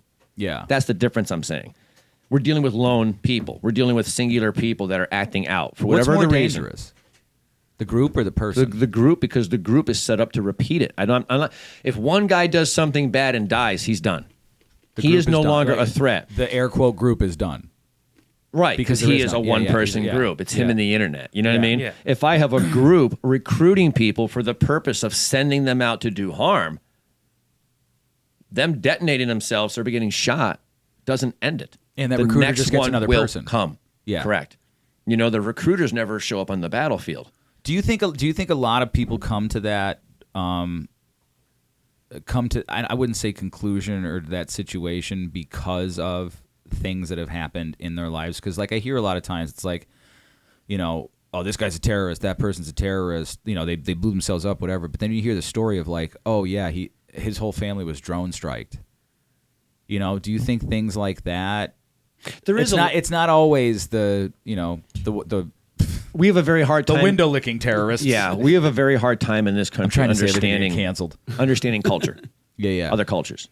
And, you know, when you get into other cultures, you really have to forget our culture because it is very different. And honor and family and religion do take much different roles in different parts of the world. You know, I've seen actions that were taken over a 5-generation-old blood feud. I was honor bound. I'm honor bound to do this. And if I ever get the opportunity, I have to. Or else I can never return to my family. Probably a real nice guy, but I have to kill you when I see you. I don't know. I'm just saying. You know what I mean? There's a million reasons for that. There is cases where, whole villages were decimated by drone strikes and stuff like that. And, someone's going to survive. How do they come out of that? And what do they do? That's the term for radicalized. Correct. That's what they call radicalized. Case, It's like, no, that guy's just looking for justice. But in some cases, it's nothing more than groups going into people who have nothing and providing them that. The same way, you know, you can go back to the U.S. culture where people would say, hey, the mob takes care of me. They keep our streets safe. You know, they donate to the church. They're making our community better. If you would go into certain villages, they would say the Taliban helps us. The Taliban provides for us. They keep us secure. You know what I'm saying? So I told somebody, they're like, you know, the government's just the mafia. The government's just the mafia. And I'm like, no, the mafia's better. They like clean streets. But you know you see what I'm saying? It's the same thing. Perspective. Yeah. You know, and if you go into Afghanistan, you know, it's the land where nations go to die, or empires go to die. They're used to that. Somebody else is That's a way of life there. Somebody else is coming through and they're in power. It's really, what can they do for me? Yeah. It was the Russians last week. It's the gonna Americans this suck week. Either way. Yeah.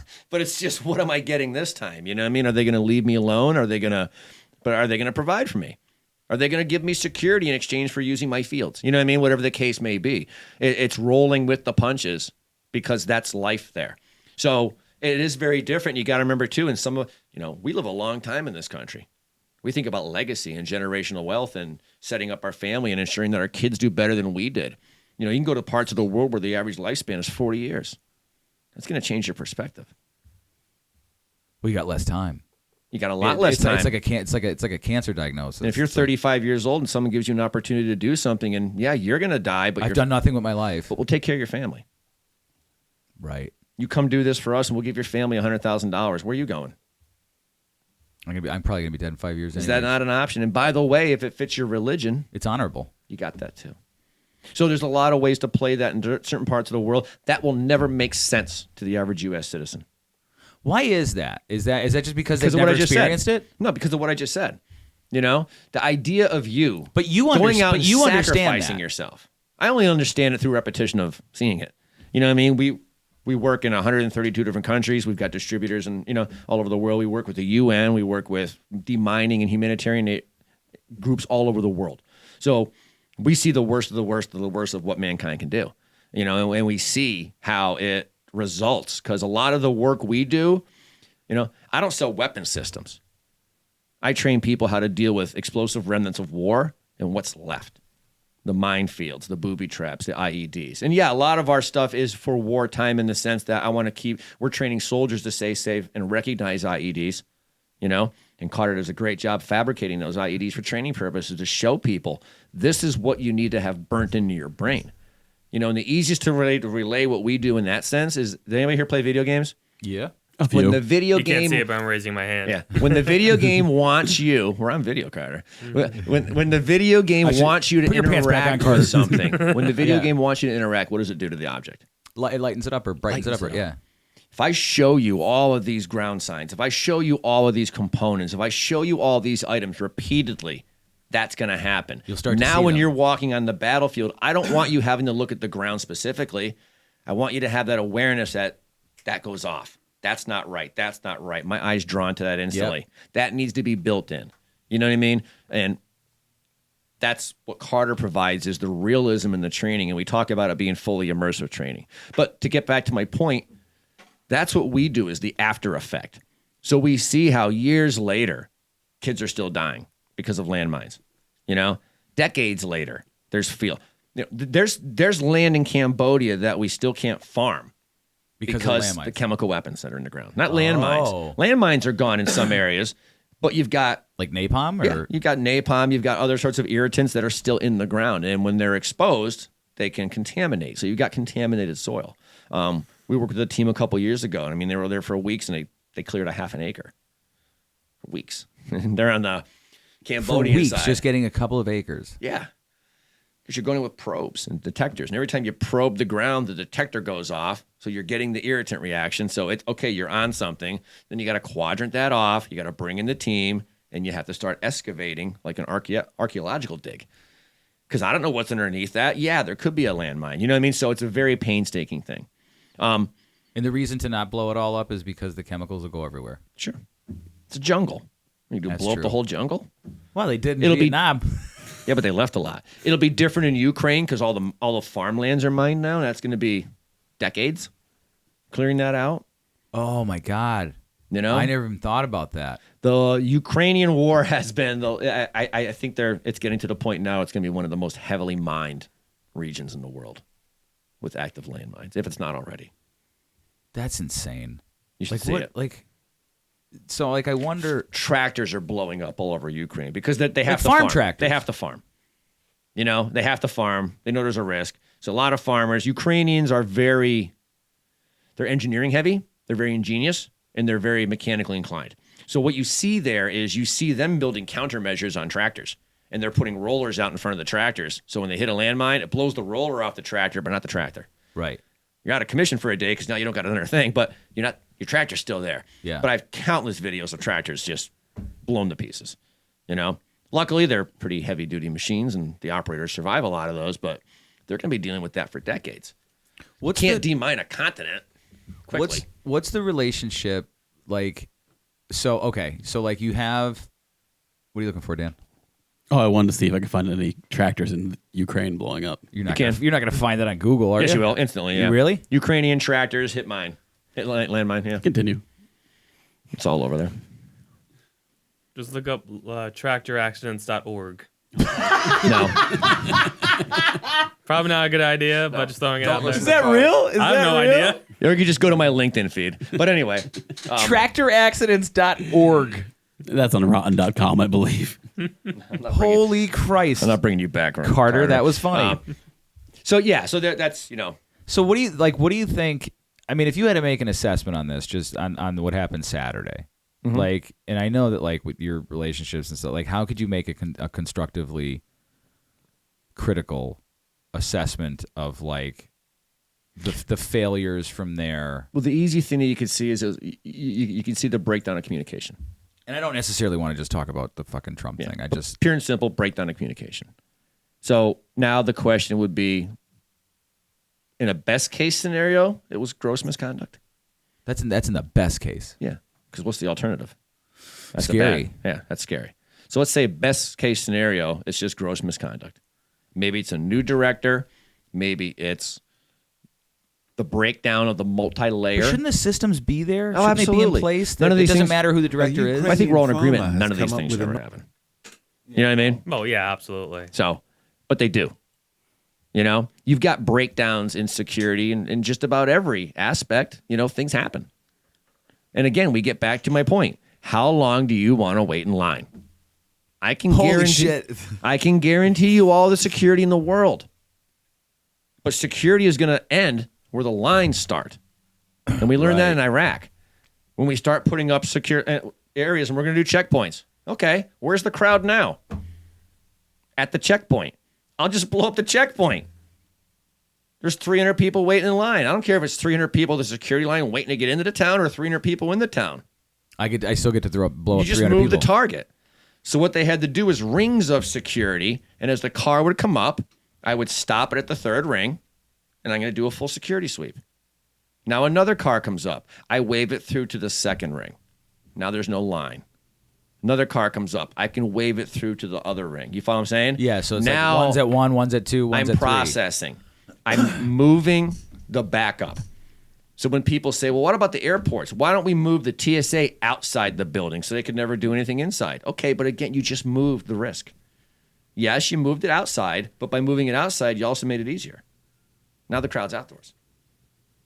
Those are just simple things. Like you hear people go like, okay, so it's really common sense when you break it down like that. Yeah, when you break it down like that, it's totally common sense. Very easy It's to like, understand. oh yeah, we're doing something different, but you're just moving where the Correct. bad shit could happen. That's your first element of it, is start with the easy things. Now you look at what complications does that pose. Like I said, I moved the line from here to here. Okay, did you help them or did you make them more of a target? So, you know, I ran for school board, right?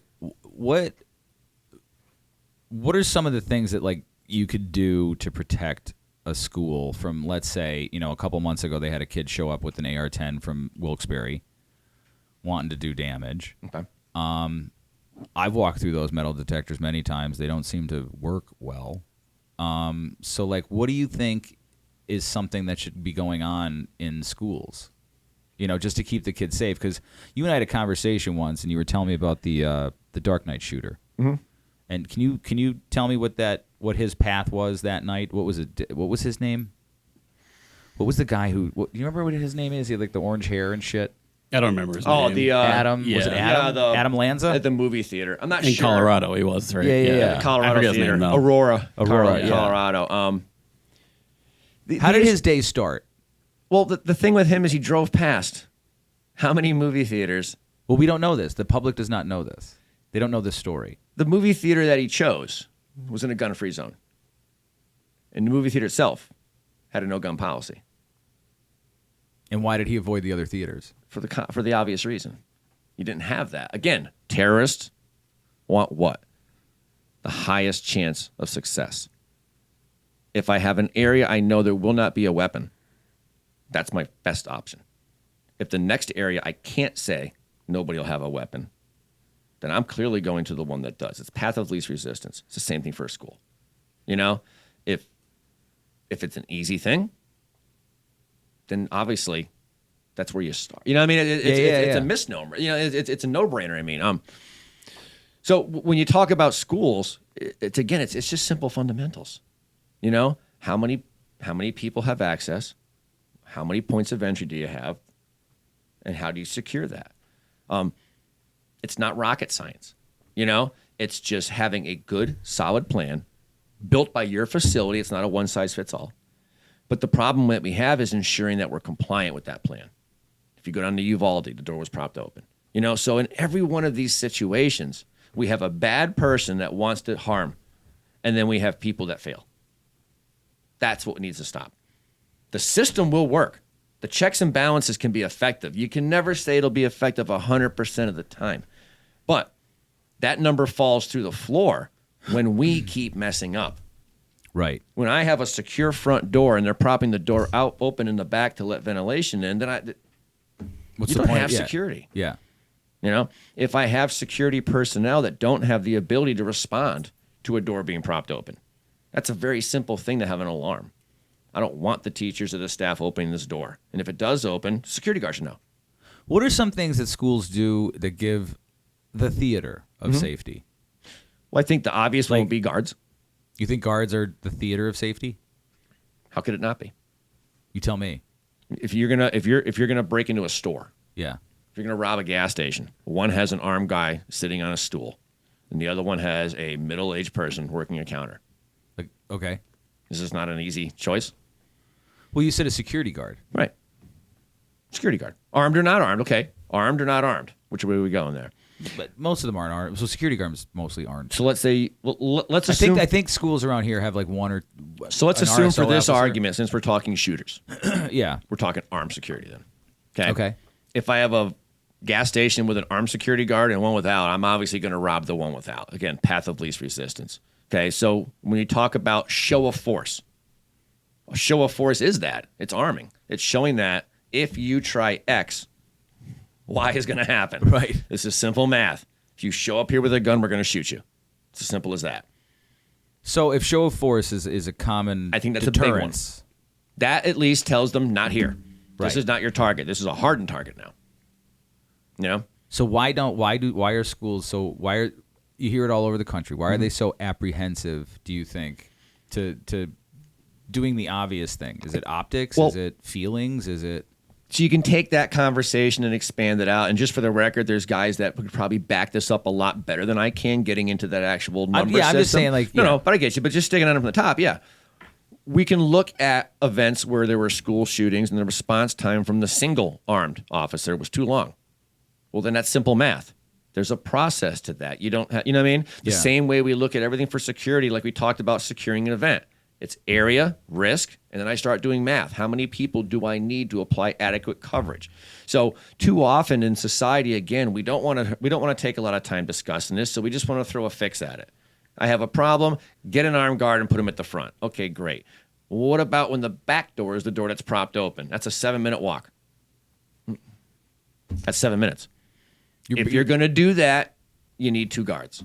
You know what I mean? It has to be a risk assessment where people make actual hard decisions. Do you think that a lot of these, and I'm just saying school districts in general, do you think a lot of them have, do you think there's anybody there that could possibly elucidate what the procedures should be? Or is that it? Do they have the capacity themselves? No, what I'm saying is like usually like in a situation, like, look, you don't want me protecting the Trump rally. Like you don't want me being the guy who works out the plan. Right. Although based on Saturday, I could probably do a better job. Right. But like, do school districts historically have someone who is like the person who is like, these are weaknesses? No. They don't have that. No, the resources available. You can hire risk experts. You can bring that in. Does it exist within the school systems? Not to my knowledge. Now, you may have other public school systems that do have risk people. So maybe the LAPD, the LA district schools, because of their sheer size. They may have a security office that has risk assessment people in it. But does the average school? No. They wouldn't have that capability. So when they put in precautions and all these things, they rely on the state and the county. What do you mean? Tell me. Wait, what do you mean they rely on the state and the county? Well, the state issues guidelines for how schools operate. Okay. County issues guidelines how a courthouse would operate. You know what I mean? So but doesn't you've got resources. But doesn't so wouldn't the location, the area, like what type of school, where the school is, those guidelines might be nice, but it's a good starting point. Yeah. But there's nobody there they just implement the things. Oh, the state said do this, that's what we're going to do. And it's like, man, we have a lot more. Like if you bring in like somebody like you or George, they're going to be like, here's all your weaknesses. Every school should have a proper risk assessment program. And that's professionals coming in that first meet with you, understand your demographics, understand your concerns, understand the performance of your school. What are the different groups you have in your school? What are the issues you're seeing? And then you leave, and they're going to spend time looking at your facility. Is there vendors out there that do that? Absolutely. Really? Yes. There's a lot of very highly trained. Locally? Yes. Okay. Yes. All I can right. give you some resources. Okay, cool. And you can reach out. One of them we've already discussed. Blackwater. No, Joe. No, Joe does that. Oh, yeah. Joe. And he does it very well. He recently wrote a book on that. We had him on for the book. I have the book in my office. Yeah, great guy. Great book. But that is a good blueprint, because if you look at that, that's what it's talking about. It's building a plan based on your school, your people, your concerns, and your area, and what resources are made available. It's making that school liaison with state and local law enforcement.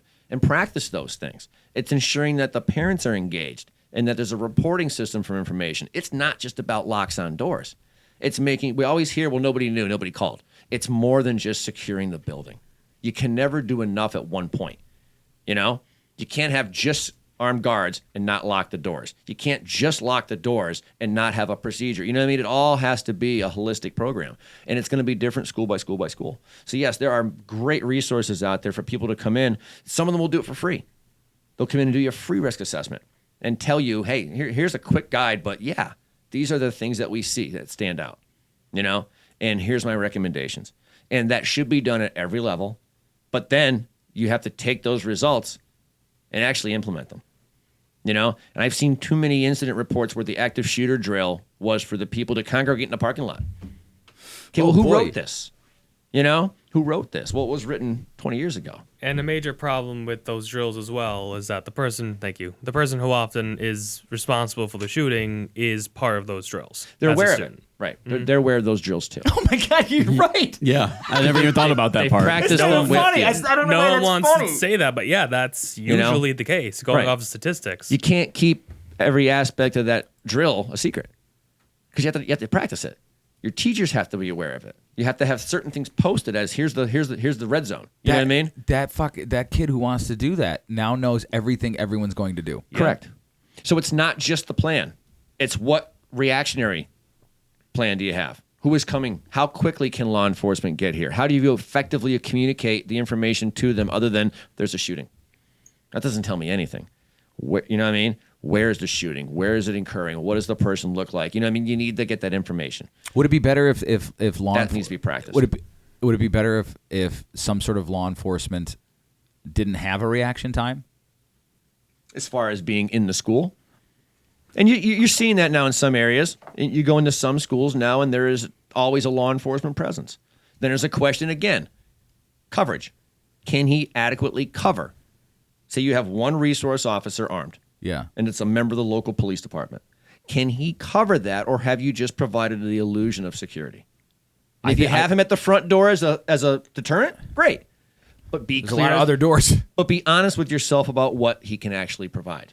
It's not a Band-Aid. You know what I mean? And if he is there as a deterrent, and you're saying that, well, why am I saying he's just a deterrent? Because the size of our campus, it's 7 minutes across for him to run over there. Yeah. So I have a 7-minute gap. So don't tell me he's here to provide overall total overwatch security. He's not. He's a deterrent.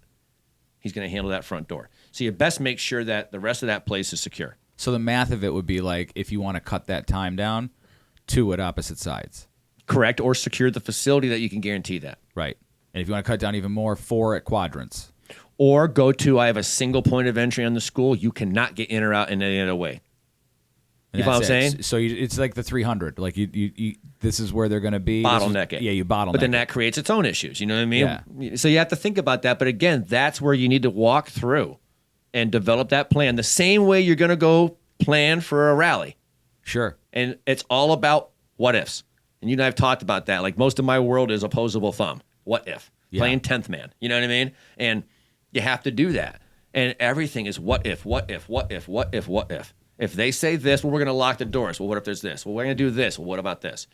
That's what that drill is going to be. And you create that plan, and then you try to tear it apart with every possible scenario to break that plan. And you keep twisting it until you get to a point to where I can't come up with any other scenarios that could possibly happen. You know, we feel that we have adequately addressed a proper response for every possible combination of things that can happen. You and know, responses to the possible failures. correct. That's your secondary responses, right? You know, yes, local police is coming, but did we call state too? Is there a check down there? Local, what's their response time? 7 minutes. What's state's response time? 10. Okay, I got 2 waves that are going to hit. You know what I mean? I've got Do you primary. think do you think any of these places around here are prepared for like a mass shooting event? I don't think anybody's prepared for a mass shooting event. What does that mean? So like I'll ask you the question. Okay. Mark, what does prepared for a mass shooting event mean? I don't think it's a matter of if, I think it's a matter of when. Okay. Okay. So being that I think it's a matter because, it's good to assume that. Mhm. Okay. I don't know if there's a contingency plan to like, okay, if there is some sort of let's not call it a mass shooting. Let's call it a mass casualty event. Okay. public or at a school or something like that. I don't know if there's I don't know if the state police, the city, the county, the school district, the sheriff, anybody has that plan where it's like, okay, execute, plan 4B because we've just had a mass casualty event. They train extensively on scenarios. Okay. And they train to respond to various scenarios. But individually, right? Not as a group. No, there is overlay. Overlap? There is overlap. Okay. There is a lot of coordination that happens at different levels. You could talk about what's enough overlap, you know what I mean? And is it adequate? But it does happen. And you have multi-agency trainings. You have interagency groups that work together. And they do a lot of scenario-based training. Even go back to plug roll call for a second there. We've got that 2,000 indoor shoot house. We have teams coming in from all different levels that come in and utilize that to run different scenarios, whether that's warrant service, extricating somebody from a facility, et cetera, or a shooting in a workplace, and they practice responses to that. You do all those types of scenarios over there? Yeah, they all happen. Sometimes it's us doing it, and sometimes it's us allowing other groups to come in and just use our facility, meaning they're coming in with their own training program. So sometimes you're putting on the training. And I'm just giving them the playground sometimes. Okay. Yep. So it's both. But yes, there are interdepartmental trainings and stuff like that. The only reason I quipped that, are we ready? Are we prepared? I don't know what that means. Are we prepared to respond? Yes. But I don't know if you can say, are we prepared to prevent or handle? That's where you run into, what does that mean? I don't know. Yeah, I mean, I don't know what that is. That'd be the issue. You know what I mean? Are we prepared to respond to them? They practice their response time. They practice comms. They practice casualty. You know what I mean? Yeah. They plan for each phase of that.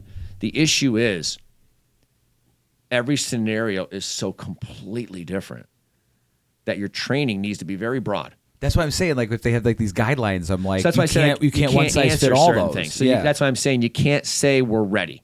You can't say we're prepared because you're efforting that. You're working towards that. That is the perpetual goal, is to maintain a state of readiness. But you don't know until you're in it, and the scenario is going to dictate the response. So the goal is to train them not to know what to do pre-planned, but to be able to, in that moment, react correctly. That's the harder part. So you don't train on outcomes. You know what I mean? You're training on the steps. It's step by step by step. Because sometimes it's not, I know I'm not going to save everybody in a mass shooting. I'm mitigating it. The shooting's already begun before I got here. So I'm past the point of being able to stop this. So what is your goal? I want to minimizing. I want to end it. I want to end it. And I want to minimize how many people. That's the big difference there. Do you hear it? Do you hear it? Yeah. Do you hear it when it hits you? Yeah. But that's the big difference there.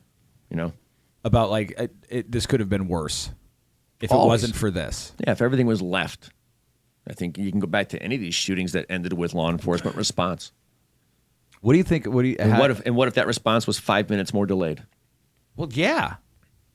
But that's that. I mean, I think that's those are all the variables that, like, I think that's why people train to minimize. Like, that's all you're doing. You're minimizing you're minimizing the outcome of death. You're minimizing the failures of response time. You're minimizing chaos. You're not training to prevent.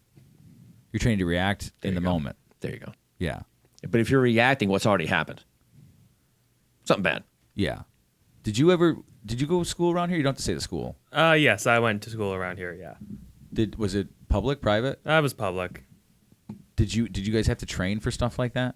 No, like we had active shooters we've had shooter drills. I never certainly, had that. But for us, it was mostly just hiding in our classrooms and staying quiet. That was all that we got for the most part. Would like the kids in your class be like, "This is nuts"? Like, what are we doing? I mean, yeah, we definitely had some of that. We stopped doing fire drills. We started doing active shooter drills. We still had a shooting range in the basement when I went to high school. Oh, that's right. There was there. It's a rifle Yeah, we club. still had that too. We would come in with our hunting rifles on the school bus with ammunition because we were going to hunt at somebody else's house after school, and you used to come in and set them in the principal's office. So you give them to the secretary, and I remember in my mind that the picture's still like there'd be 30 or 40 hunting rifles stacked up behind the little secretary's desk in the office at the high school. And that would have been the line of first defense, like back then. I got to check my gun in. You just drop it off. Hey, I'm dropping off my gun. I'm going to pick it up because I'm going over so-and-so's house after school. And we're going to hunt in his yard or his farm. And it was no big deal. No, kids getting on the bus with high-powered rifles that can reach out 400 yards. And it was just like, did you ever have mass shootings when that was? Did you ever have any shootings? No, I graduated in 89. I was in kindergarten in 76. So there was my range of years. 76 to 89 were my school years. And you never... No. Why? How does that happen, Dean? How do they don't happen? How do they not happen when all the rifle clubs are there? But when you get rid of the rifle clubs, they all start happening. Isn't that... I'm not saying you have to answer. I'm saying it's weird. We changed. We as a people? Yeah. You think so? There's just as many guns back then. I think there's more now. I don't think the more guns you have, like, look, man, my mom likes peanut M&Ms. She's got like a 3-pound bag of peanut M&Ms, but she doesn't eat them all in one sitting. But I mean, guns were available and they were less regulated in that sense. You know what I mean? So why does it's just like, to me, it doesn't make sense to like, there's more regulation, there's more demonization, there's more this, there's more that, yet there is more. Did kids fight when you were in school? Yeah. How did most of the fights end? Hopefully with a handshake. Okay. Was that common? Yeah, it wasn't bad. A couple of them were. But how did it actually end? What determined the end of the fight? I'm done. Yeah. You win. Okay. Yeah. You watch YouTube and you watch social media now. Mm-hmm. Did the fights look the same? No. What has increased? The level of what? Violence? Viciousness. Yeah. Viciousness. So if I didn't want to kill you back then, it was just a fight. You see stuff now today, they want to cause harm. It's head kicks, it's stomps. It's you're brutalizing people at the end of the fight. Our respect for life and how we treat each other is what's changed. The fact now that we had a gun then and a gun now, it's just, are we more prone to use it now? Because that changed. You know? One of my best friends, I've been friends with since I was a little kid. You know, I've been in his wedding. One of my best friends. We met, I believe, because I knocked his teeth out in like second grade. It's weird how that happens. You know, and he's one of my closest friends. You know what I mean? And we came out of that, and we were friends the next day. You know, and I remember because I had to go to his house because we had to talk about paying for the dental bill. And I remember, like, the parents were talking, they looked out the window, and him and I were out in the yard playing. You know, and they're like, well, I guess that's over. You know, they're fine. Everything but the bill. You know what I mean? But the few fights I was in, that's what ended up. Right. And nowadays, do you see that same thing? You know? No. So it's the callousness, it's the disregard for each other, and just a complete lack of, maybe respect's not the word, but just acknowledging that, you know, I'm not trying to end you. You know, we're in a fight, whether it's a bar fight or a playground fight or a school fight. I don't want to put your head through the concrete. Right. I'm not trying to cause permanent harm and kill somebody. It was a fight. Why did that change? I think that's a huge question. And I don't think it's any one thing. I think there's video games, pharmaceuticals, media, TV. I think it's a whole 4-hour conversation there because it's so many things. Society has changed. We've moved a lot of markers. You know, we've moved how we view morals and values. Yeah. We stopped bullying. We Have we, stopped. though? Well, in a lot of ways. Not in every way. No. But in some ways. Carter's just there going, have we though? No, it's shifted, and that's my point. Bullying now. You're totally right. Bullying has gotten, it's malicious. It's meant to hurt. Bullying when I was a kid was more just busting. Yeah. It wasn't as mean-spirited. We've changed it. We took away I remember getting bullied. You know what I mean? When I was a kid and stuff like that. And again, I'm friends with a lot of those guys. I see people bullying people now, and they're not going to be friends. Yeah, the bullying I saw back then was very little violence. Right. Now it's vicious, and it's different. You know what I mean? So everything's changed. We've changed our values in society. We've changed how we interact with each other. And then we've applied other things, whether it be toxic masculinity. You know what I mean? We've applied other things, or it's equality across things. But everything is positioned against. You know what I mean? So you can't be this, and if you're this, you must be this. And when you start shifting things that way, I think the aggression pops up because people get defensive. They don't like either being put in a box or they don't like being pushed. And we don't react very well to things in today's society. You know, we don't react to being questioned. We don't react to being told we're wrong. You know? Sure. You see that in just common discourse. But you see it in how people handle things in the street. You see how people handle things at a rally when there's two opposing sides. You know, and the level of vitriol. Again, one of my real close friends in the DEA, during the riots, he got called up literally to New York City to work some of the riot control. And the reason they had him up there was they had so many young people. You're talking the Summer of Love, right? Yeah. Okay. They had so many young, new police officers that were up there doing security detail that had never been exposed to being someone 2 feet in front of their face, calling them racial slurs and spitting on them. Yeah. You know what I mean? That the fear was, we need to get senior people up here to stand behind them and just, hey, just Sticks and stones, kids. Take it. Yeah. Take it. Don't respond. Don't let them get to you. You know, but it was vicious. It was vicious what was said to those people. You know what I mean? And you don't know that guy. You don't know that person. You don't know where they come from. You know what I mean? But it's right there now. And I think that in society, when you apply all those things and then you throw a gun in the middle. Is this because is this because we've demonized literal masculinity? Like there's toxic masculinity. People don't see a difference between toxic or masculinity. They just see masculinity as the problem. Like to be like just to like, okay. I've said this before. It's like men and women are supposed to be different because they're complementary. Right? Yeah. So masculinity, femininity, together you have the yin and the yang. Right. You know, everyone went along with the thing. It's like you can't act like a tough guy anymore. You can't be Clint Eastwood. You can't be, you know. Yeah, take that again now and go back to where we started, where I'm broken, I feel bad about things, and you give me someone to blame. Okay? Well, now you've told me that my aggression is toxic, my manhood is toxic, my masculinity is toxic, and I'm getting pushed out of society. Well, all those things that you told me are wrong, what if I don't think they're wrong? You know what I mean? And now you've pushed somebody again for something that 20 years ago they wouldn't have been pushed on. No. You know? How do they handle that? So we keep pushing people in the corners. And when you push things in the corners, they don't always respond well. You know what I mean? And they're either going to go to that corner and sit and die and wither away, or they're going to come out swinging. And I think sometimes you're seeing them come out swinging. And it's reacting that way, whether it's somebody who was bullied in school, you know, and put down.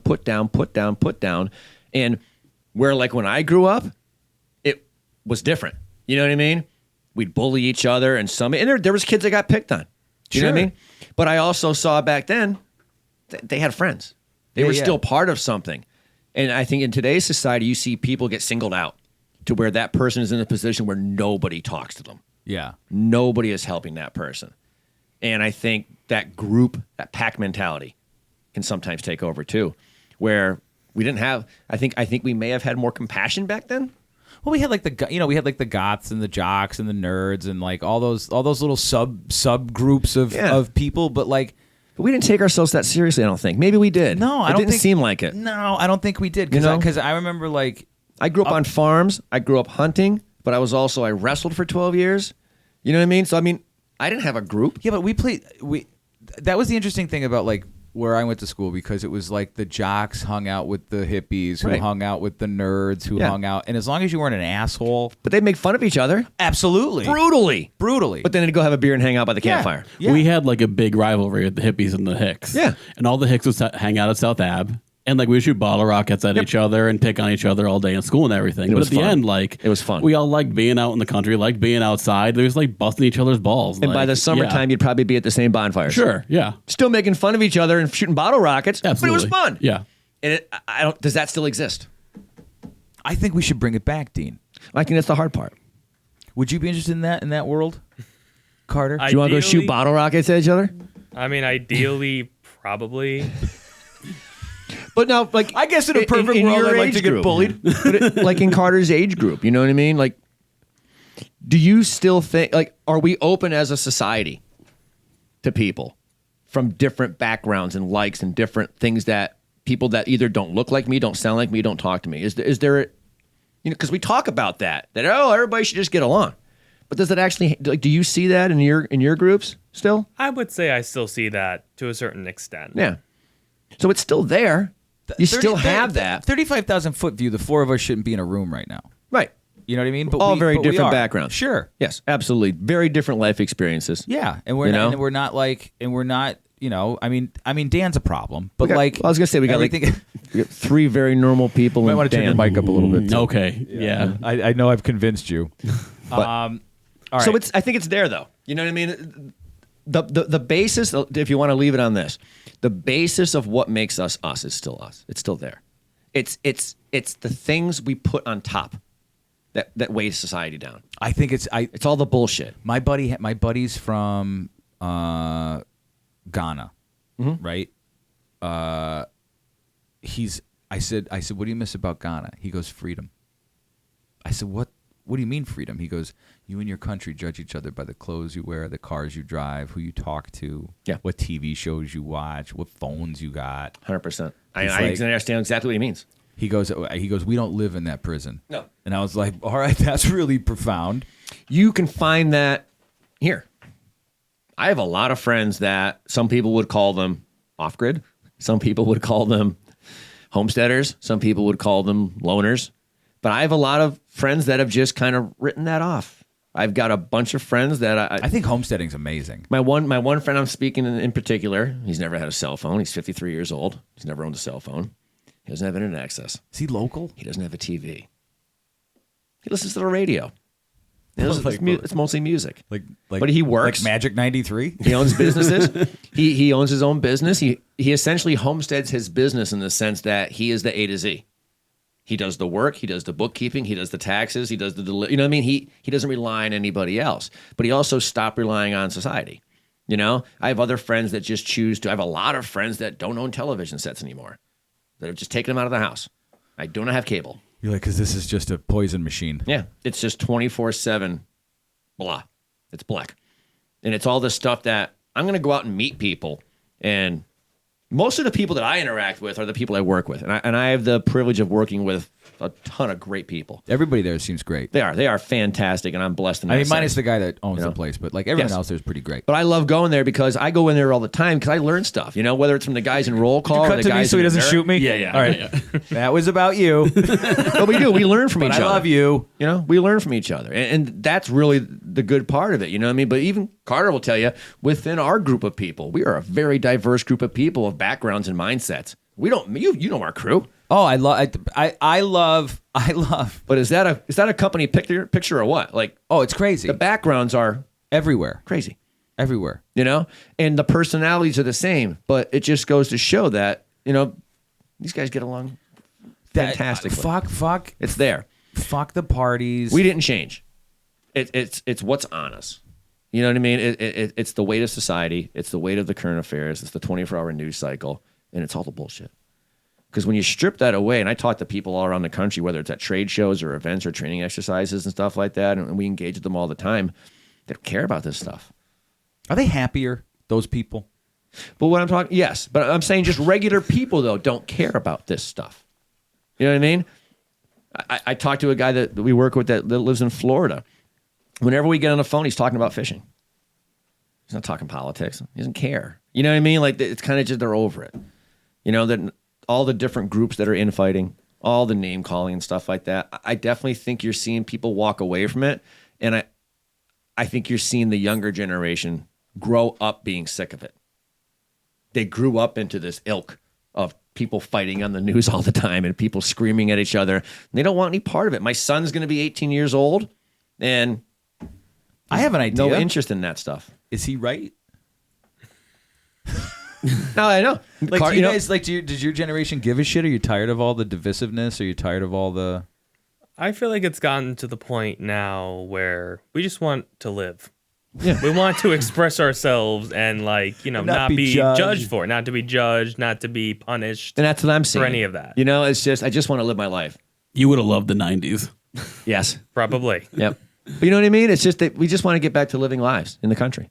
And I think if you strip away that and you stop pitting people against each other, it's that they just want to get on with it. You know what I mean? You don't want to be fed 24/7 that you're bad. That's a crazy. And you don't need to be told, I'm going to go out and interact with people in my day-to-day life because I have to live. And we make judgments based on the interactions we have with people. Sure. I don't need other groups. And I don't think we need all these groups telling us for us how we should. This think and group feel. is bad. This group wants to hurt you. These want to do that. Just stop. Just let people just exist. And I think you're a lot better off. We're trying to keep these under around 2 hours now because apparently every one of the ones that I want to do is like the extended cut of Lord of the Rings: Return of the King. Nice. I'm like, we can go another hour. Like we're at 3:45. This makes sense. What was the longest one we did? I think we almost peaked with, was it Caleb? I think it was Goldsack. Oh, what about the one where we took a break and we went dark? Well, see, we used to hit do. your mic. Can you hear yourself? I can. Check 1, check 2. I hear him. I know, but it sounds like terrible. You could turn that up. Yeah, how's that now? I'm like super echoey. Now you're in a can. Oh, am I talking in the wrong side? I don't know. Is your microphone just not even working? It seems like it's not, right? Yeah, I think you turned it up too high. Is the Am I clipping it pad out? on it? Is that better? That's Yes, better. yeah, That's Okay. much better. I must have. Okay. What'd you hit? The gain. But how did it get better? I don't know. I turned it down and got louder. All right, I'm gonna have to fix. That's this how science later. works. And how does it all correlate to Second Amendment stuff? Our customer base and the customer base across the country has changed. It's not the same now. You know what I mean? There are no predetermined groups of gun buyers. The idea of what is a So gun it's no buyer, longer like conservatives who like the NRA. It's very much flipped. You know, What do you mean it's flipped? it's flipped in the sense that it flipped from a very small subset to the whole pie. You know, and now it is truly you dumped all the pieces out on the table. That's my customer base. You know, I've got people from every group, every background, every level of life. Whether you're talking level in the sense of young, middle age, older, starting out, established, wealthy. It's every group. You know, Is that something new? I think when we came into it, it was transitioning. COVID launched it. COVID launched it. The toilet paper scares, the indecisiveness, the indecisiveness, the summer of love, that all those things solidified. So the country that the people that they're told need gun restrictions went out and bought more guns because they're being told to be afraid. Well, they're being shown that over here, the 24-hour news. And while you're looking over there, what are they doing over there? So they're talking about over here. We need Yeah. to lock it down, lock it down, lock it down, lock it down. But over here is 24/7 crime on the news. If it bleeds, it leads. You know what I mean? Yeah. Whether they're talking crime or the border or whatever, immigration, whatever you're talking about, it's all bad in their minds. You know, it's Antifa, it's BLM, and everything it's coming to you. You know, White and colonizers. and on that note, people are just in the mindset of I'm going to do what I need to do just to protect my family. You know, these aren't people coming out to arm themselves to join militias. Not to say that militias don't exist, but the vast that they're majority bad. the vast majority of my customers you were standing next to at the supermarket the other day. You pulled in behind them to get gas. They're just people that live in town. You know what this is now? It's like people that have guns now are the ones that like 20 years ago surprised me. Be like, oh, you do coke too? You know what I mean? Yeah. I'm like, you have coke on you? Yeah. Yeah, you were valedictorian. You know, Scranton's a neat place in the sense that it's obviously politics are the way the politics are and stuff It's like wild, that. yeah. But you know, one of the things I know is that there are a lot of Democrats in Scranton that have a lowercase d, Okay. All right. That makes sense. and they're great customers. Yeah. Yeah, because they're in that spot. FJ or I love Joe Biden. You know what I mean? And because I think they understand that it's not an either or. You know, you can I think agree with policy points on both sides and also still feel responsible to arm yourself to protect your family. Somewhere along the lines, we all were convinced that we had to pick a party and choose a side, and instead, everyone chose one or the other instead of going like, I'm going to go with America. I'm going to go with like the idea of America because Democrats and Republicans did not found this country. Americans did. Americans did. Right. Thanks, Carter. You know, and that's it. That is the bit. That's exactly it. And I think go into our gun. We got to store. stop forgetting about parties, man. Go in our gun store, sit down, and watch the people that come in, and just talk to them. The stories you will hear and the people you will meet, and you will notice there is not a pattern, and you will be surprised. Do you by still have the just- couches there? Absolutely. You know, it'd be cool one day. Maybe if you let us come in there and we set up our cameras and shit, and we just literally any customer who wants to sit down and talk with us for 5 minutes is like, I think it'd be great. Why are you a gun owner? I think you'd meet some fantastic characters. You'd meet some really interesting people from I'm a lot of sure. different backgrounds. But I'm I think sure. I think even you would be surprised at the diversity of just every angle. You know what I Do mean? you want to do that one day? Yeah. I mean, we could do it now. I'm a gun owner.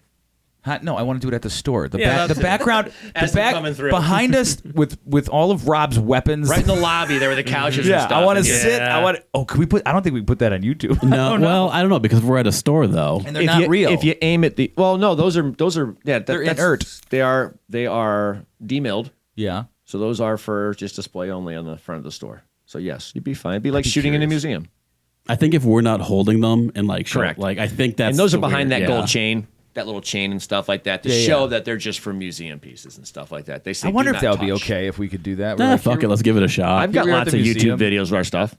They don't They flag don't have you. a problem with that because I'm not handling them. I'm not doing anything with them. I'm not launching them. You know, but I think it would be neat. You know what I mean? Because it is something that you're seeing the change again, and shootings have come back. Shooting itself, the practice of shooting for training or for fun, has come back in a lot of ways. We've got events that have taken the place of the Friday night poker game with some guys. You guys do like rock and roll, but like shooting. We took the rock and roll concept, and it's called Roll Call After Dark. And it's every other Friday. It's a little sexy, Dan. It's a little It's every other Friday, but we turn the lights out, we turn the music up, and you've got what's called streak ammo. So it looks like tracer rounds, but they're not incendiary. But it is neat. It's cool, and it's Are you something doing that different. this Friday? It's every other Friday. I'm not Okay. sure which cycle it falls on. Carter, But is it this Friday? he's a I'm nerd. not sure. Wrong company. I'm not roll call. Wrong Yeah, but you're in company. the building. I figured like one day you'd walk out and be like, oh, just hears I've the- noticed My it. extent of knowledge of roll call is overhearing the gun range through the wall. Yeah. That's my knowledge of You roll gotta remember call. too, like we just moved Inert up to that facility. Oh, back that's in right. February. Yeah. So these guys had their own facility down in town, but now we've got everybody under one roof, which is great. Well, it's definitely economical. Unless you're in a band, then Carter you lose does your work practice to the space. sound of gunfire in the background throughout the day. Yeah, but they listen to music though, don't you? Don't you Oh listen yeah, to we listen to music to block it out. You ever do a podcast before? I once for a school project. So is this different? Oh yeah, this is way different. That was in like my car one afternoon. No cameras, just audio. You're a movie guy, right? Yes, I am. Do you know what that chalice is? I'm gonna take a shot and guess the Holy Grail. He's allowed back. There, you have chosen wisely, Dean. There you go. But definitely we should do that down there. I mean, it's Well, I want to have you come back I and think just it'd talk be- about all 2A stuff. I'll come back whenever you want. You know how to find me. All right. Could we watch the new Trump commercial? There's a new one? Came out today, man. Is it the black and white? No, I don't think so. I don't know. You didn't see the one with Alice in Chains music? This might. I don't know. I don't think this is it. They I did- timed the song, You Come to Kill Oh, I the did see Rooster. that. No, I did see that. I was like, nice AIC reference. They tried to bring me down, but they failed. Is this it? We can now Here we go. project Where's the winner sound? of the presidential race. Donald Trump wins Restart. the presidency. What started off as unlikely, impossible, is now reality. I will fight for you with every breath in my body, and I will never, ever let you down. We have a president who actually fulfilled the promises he made during the campaign. Securing the border to foreign policy. He now has a record as president that's pretty damn impressive. Breaking news out of Palm Beach, The FBI Florida. has executed an unprecedented search warrant at President Donald Trump's Against a Mar-a-Lago former estate. President has both sides of the political aisle up is in a arms. dangerous and unstable moment in American history. The Justice Department has just indicted former President Donald Trump. For 7 years, they hated him, they targeted him, they hunted him. This is the epitome of the abuse of the prosecutorial power to preempt political decisions. I never thought anything like this could happen in America. The only crime that I have committed is to fearlessly defend our nation from those who seek to destroy it. The more that a broken system tells you that you're wrong, the more certain you should be that you must keep pushing ahead. They want to take away my freedom because I will never let them take away your freedom. They want to silence me because I will never let them silence you. They're not coming after me, they're coming after you, and I just happen to be standing in their way, and I will never be moving. On November 5th, 2024, justice will be done. We will take back our country, and we will make America great again. America will always rise to every challenge and overcome every danger. Donald Trump seems to always get stronger when challenged. These types of things, I think, give him strength. when I'm reelected, I will totally obliterate the deep state. As long as we have pride in our beliefs, courage in our convictions, and faith in our God, then we will not fail.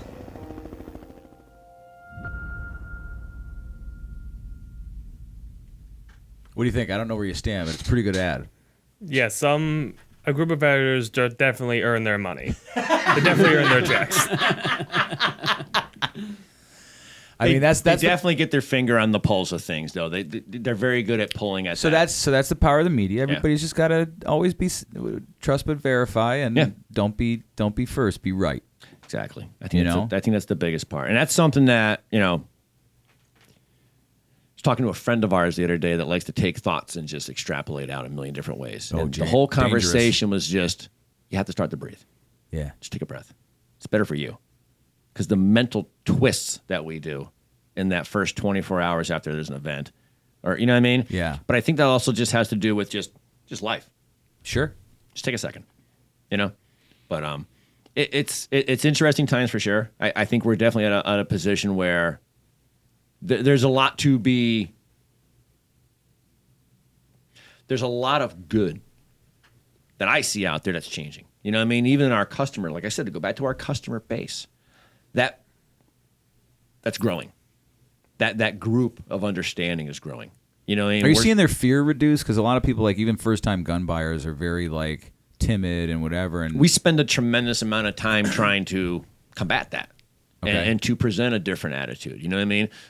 Obviously, we come from defense, so we're tactical guys. We normally deal with the military and law enforcement, so our whole world is tactical. Yeah. And we wanted to make sure that we didn't force that into roll call. We wanted roll call to be a community store. So as a result of that, my store, my staff, my offering needs to be a direct representation of the market I'm serving. I can't force another set of products or another set of ideals onto them. I need to listen to that market. And what we saw there's a groundswell of people that do want to provide training for themselves so they can take care of their family. And I think we're one of the only stores that I've ever been to that offers, youth and women's self-defense classes that are it's amazing that you guys non-firearm-based. offer that. We offer anti-child abduction, anti-bullying classes. We offer a wide suite of programs because however you make yourself safe, however you can provide safety and help to others in your community. And I don't care what the medium is. You know what I mean? Whether it's somebody taking a self-defense class to make sure that they can help walk their employees out of the building at night, you know what I mean, and make sure that they can help out. Or if it's somebody saying, I want to have a situational awareness class because I want to take care of my church group and I want to be the watch guard, I want to be the shepherd, or somebody coming in and taking a tactical casualty combat course because I want to be the one that if there's a shooting in a parking lot, I'm not going to have a gun, but I want to be able to to help with a medic. So you're seeing people in the community that want to learn how to play a part. And we spend a lot of time also teaching people, you're not law enforcement, you're not military. We're not training you to run towards the sound of gunfire. It's the exact opposite. If you're there with your wife, your kids, your first goal, if you have a weapon, is to use that protection as you exit the building with your family. Yeah. Your goal for that night is to go to bed at your house. Yep. Not to be at the police department, not to be at the hospital, not to be at the morgue. You know what I mean? Get your family out. You do what you can do. But seeing that community involvement, I think is really good. And then you see people start to meet other people and stuff like that. And it's cool. And if you get people to care about other people, and I love it when I go to a class and you don't want to, it wouldn't be socially correct to point it out or to take a picture, but I look at that diversity. Yeah, sure. Whether that's different backgrounds. Who cares about socially correct? Well, I'm just saying, like, you have to be careful how you market that. Yeah, you do that. It would more be like, this is awesome. That's all you got to do. But stats are great. You know what I mean? Yeah. Like national programs for women in training classes runs about 15 to 17% of the seats. Okay? Our program finished the last 2 years, 49% female. Jesus. Blows the market away. That speaks to the fact that if you go talk to my trainers that train in that class, you'll see them at Walmart. You'll see them at lunch on the weekend. Sure. They're from the community. They care about the community, and they want to give back. They want to know that when they go to the mall, they're safe. They're safe. Yeah. Because they've helped make a group of responsibly armed citizens. That's the goal. Well, we should all figure out how to protect ourselves in whatever way possible for our families. I want to live in the world where we don't have to worry about that too much, but I really don't want you to not have a job. Right. Yeah. I want you to stay out there making sure that you guys protect people and you guys help people all across the world, which is what you guys do. Yeah, that's the goal. Yep. You know? All right. Thank you. Carter, what's your last name? Saratani.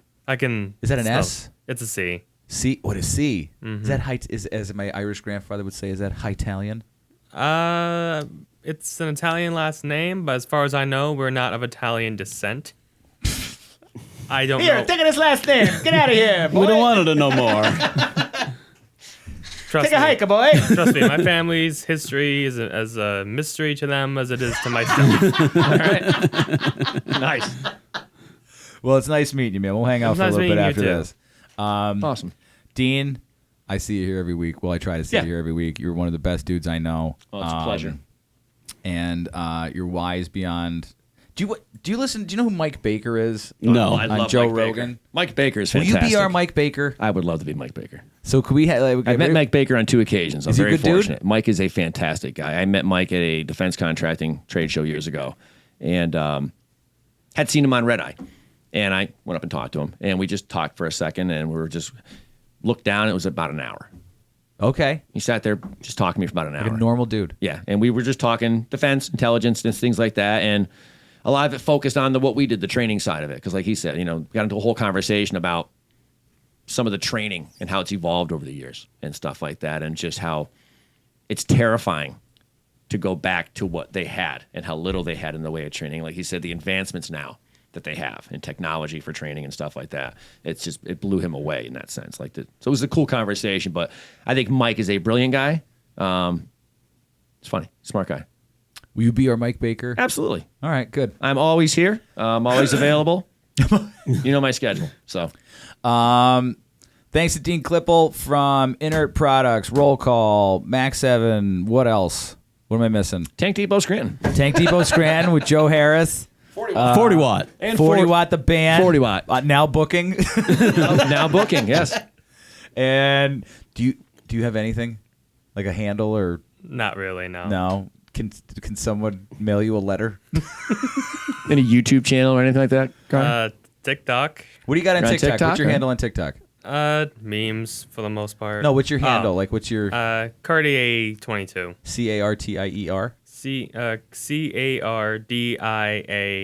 CARDIA_22. Holy fuck! I have a simpler one with that ginger face I could give to him. No, don't take the ginger face.